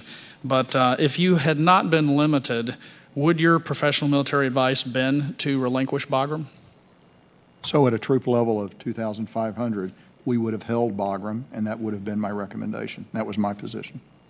Okay. So you had also mentioned that there was no tactical reason to hold Bagram. Would you elaborate? I assume that would mean, I don't want to put words in your mouth, but sure. Strategically, would you see a value to us still being in? When I said there was no tactical reason to hold Bagram, I was specifically talking about the NEO operation. Okay. So once we went down to 650, and then we were given the orders to conduct a NEO. For the reasons the Secretary and the Chairman have already outlined, the center of gravity of that was actually HCI. It's where the people are. You got the MOG operating capacity there to move airplanes in and out. I will tell you this, though, Representative. We had a branch plan to seize Bagram Airfield should HCI have become untenable. But that would have required, as has already been noted, a significant investment in combat power. And Bagram and HCI never became untenable, so we did not have to consider that plan. Although we had a highly detailed plan to be able to do it, it simply was not necessary because we were able to maintain the throughput at Kaya. And again, had we gone into Bagram, we would have introduced significant additional U.S. combat forces into the country and probably would have provoked another conflict with the Taliban, which would have been a political decision, not a military decision. I understand, political decision. But you know, here it is. Since 1898, we've maintained Guantanamo Bay. So we do have a history of keeping territory, even in lands where we don't have friendly forces there at our side. But I do know, seeing already the challenge with over the horizon, conducting our strikes over the horizon, it sure would be nice to have that field now. Secretary Austin, I just want to wholeheartedly agree with Chairman Smith's comment earlier that we make the decisions in the world that we live in, and we don't have the luxury of having the magic wand. I get that, and that's the world you all face every day. You told us that you would like to have seen this conflict end with a negotiated settlement. General Milley, you did as well.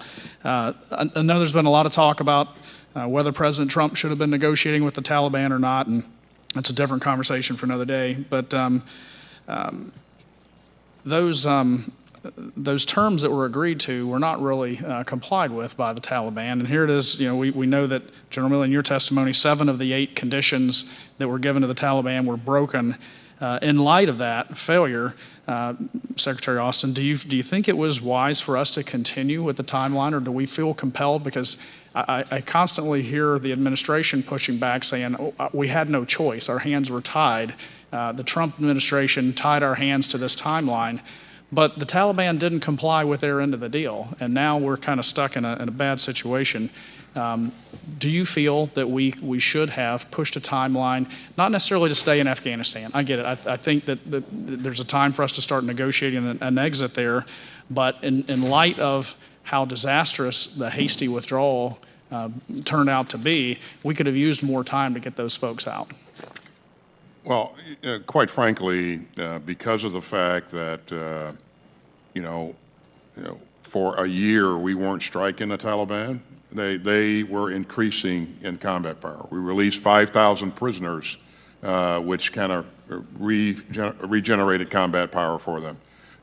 They were able to make advances against the Afghan security forces because, we weren't doing things to fully support And again, I apologize. The gentleman's time has expired. That'll have to suffice. Mr. Panetta is recognized.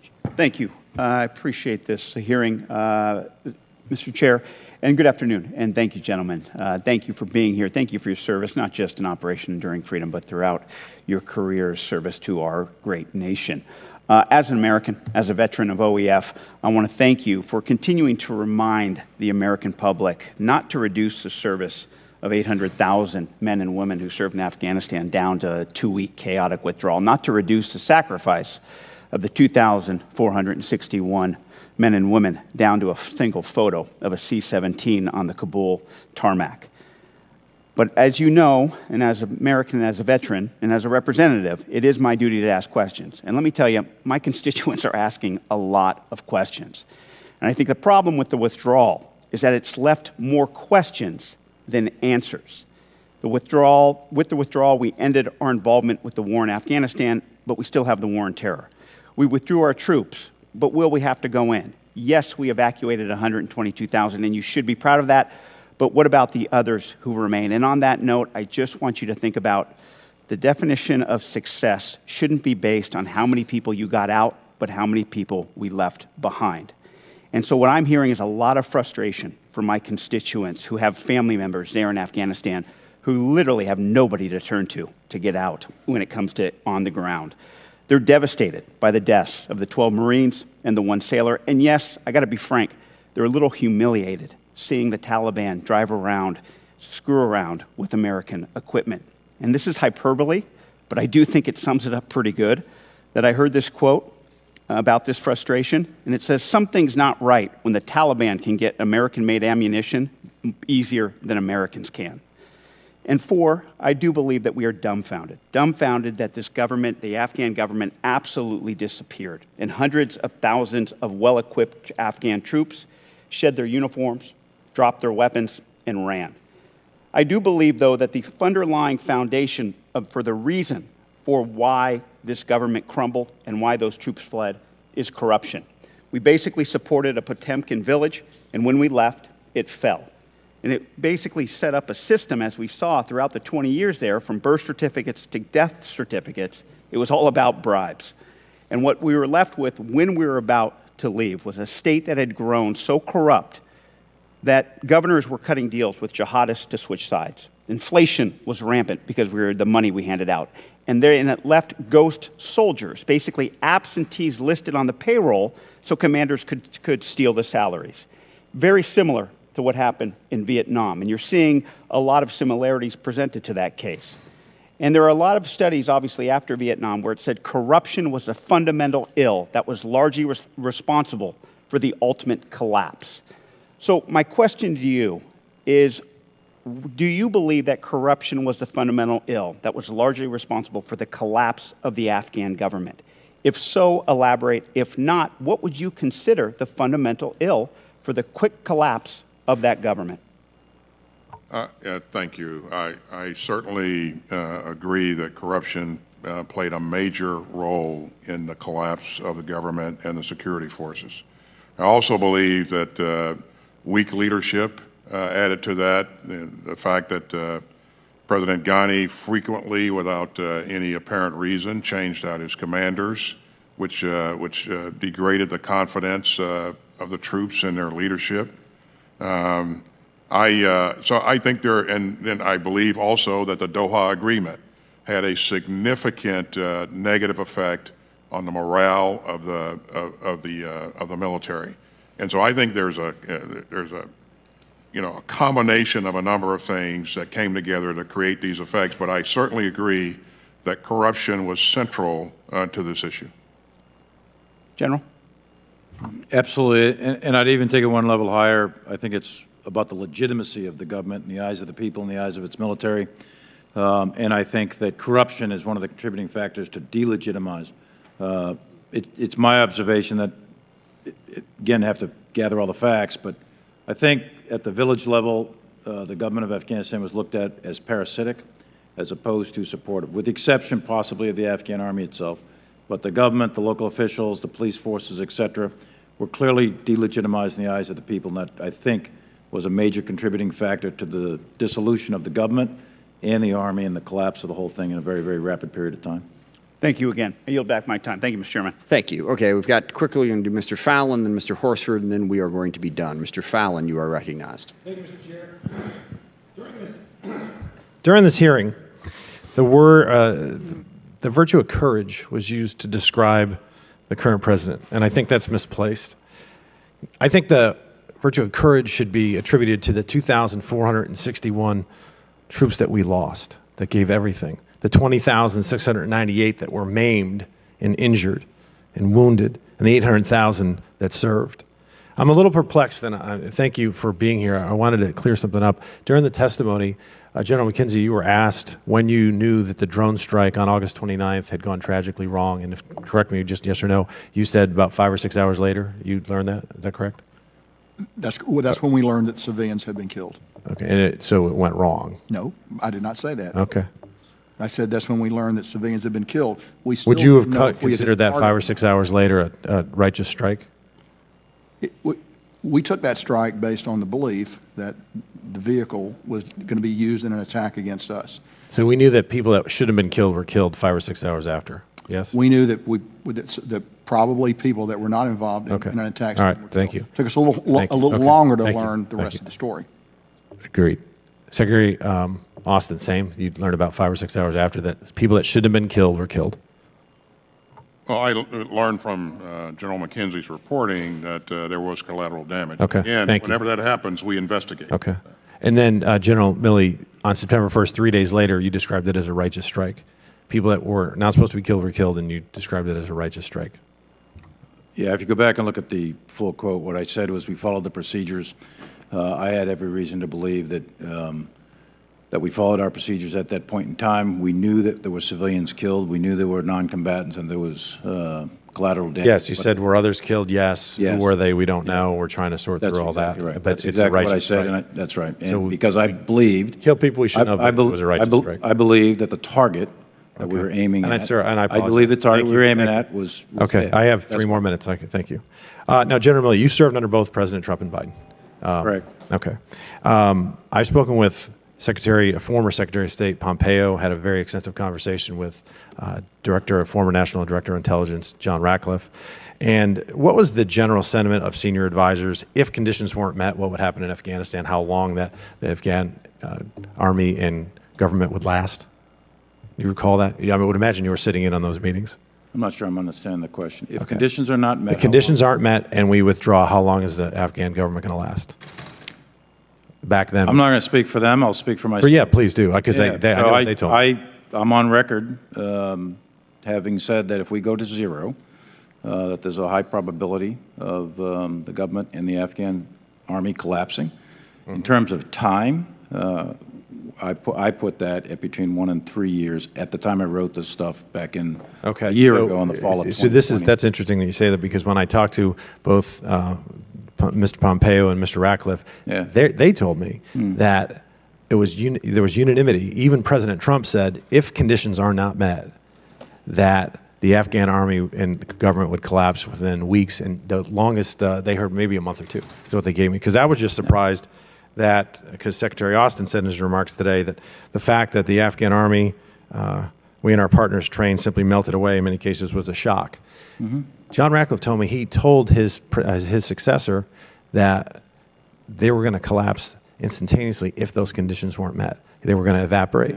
And now we're hearing that it was a surprise. What I think, General Milley, with all due respect, what I think it was not a failure of intelligence. It seems to me, I didn't know this stuff. I'm asking, I wasn't in the room, you were, that it was a failure to heed that intelligence and act accordingly.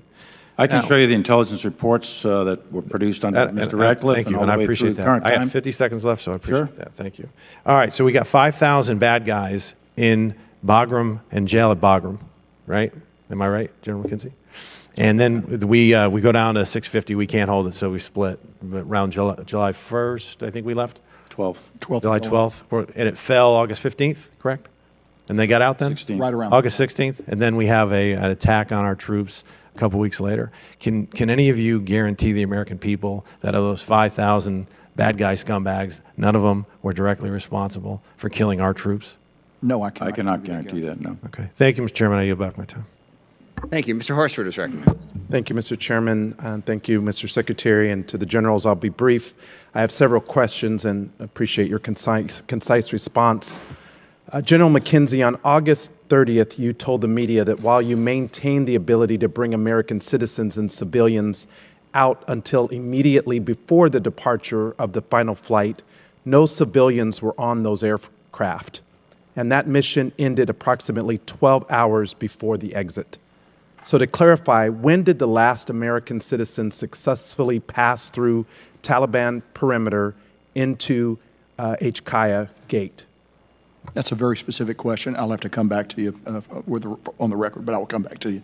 Thank you. And when did the last Afghan civilian successfully pass through the gate? Same thing. It was some hours before, but I'll come back to you with an exact time on that. And how many individuals successfully passed through the Taliban perimeter in the 72 hours preceding the departure of the final flight? Probably in the low hundreds, but I'll come back to you with an exact number. Thank you. I understand that on August 19th, ground commanders authorized the use of helicopters to rescue 169 Americans from the Bagram Hotel after the initial plan for them to proceed on foot became too dangerous. At what time were rotary wing aviation assets no longer operation at HKIA? So first of all, you're right. The Bagram Hotel, we should note, is about 200 meters off the HKIA compound. So it's not a long distance, but we did use helicopters for that. We kept helicopters up until the very end. In fact, one of the final things we did before actually extracting from the C-17s was breaking down some helicopters and loading them. And what were the specific contingency plans to continue the evacuation if the Taliban closed checkpoints surrounding the airport? So at all times, we were prepared to accept American citizens that were able to make it to the gate. There was an external Taliban cordon. We've talked about that. The external Taliban cordon was actually part of the force protection scheme for the base. Commanders on the ground had to balance their force protection against the need to allow Americans, SIVs, and others to enter. So we tried to work closely when we could with the Taliban to ensure free passage for Americans. I would so tell you, why then were the plans not implemented once it became clear that no additional American citizens were going to be allowed to pass through the Taliban checkpoints? we attempted to, with the Taliban, to allow Americans to be able to get to the gate up until the very end. I do not have facts on why that did not happen. Our presence on the ground then, we should remember, it was very small, and we were beginning to turn inward as we prepared to extract. Okay. General Milley, in 2017, the GAO released a report on recommendations to enhance the readiness of the Global Response Force to support contingency operations. In June of 2021, GAO assessed that the department had not implemented any of their 3 recommendations to improve readiness due to the ongoing development of the dynamic force employment concept.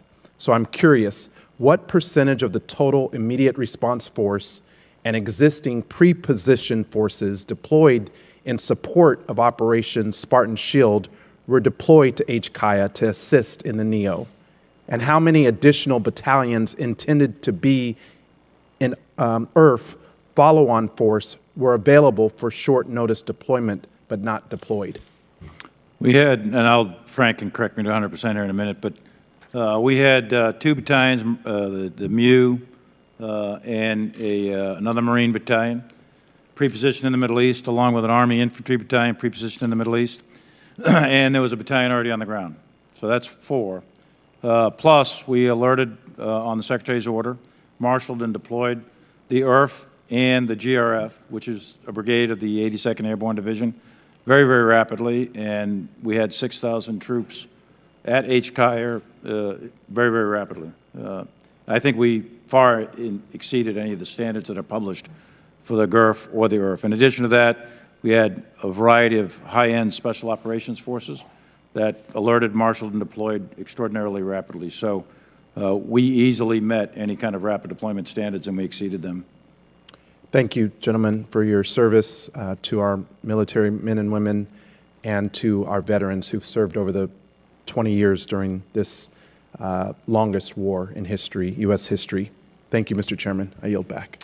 Thank you, and thank you, gentlemen, for your testimony today. And I know certainly it was a contentious hearing, but it is enormously important that we have the opportunity to have these conversations. I do not in any way support some of the comments that some of my colleagues made or the way they chose to conduct themselves, but that is a small price to pay for the transparency that we need to allow the committee to do its job. I appreciate you being willing to do that and giving us the opportunity to have this discussion, and we will certainly continue to discuss the situation in South Asia as we go forward.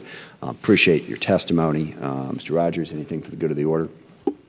Yeah, Mr. Chairman, the one thing I would like to ask is that as soon as practical that we do have the classified hearing on the over-the-horizon capabilities, because as I've spoken individually with all 3 of these gentlemen, I'm very concerned about our counterterrorism capabilities and how we're going to address that.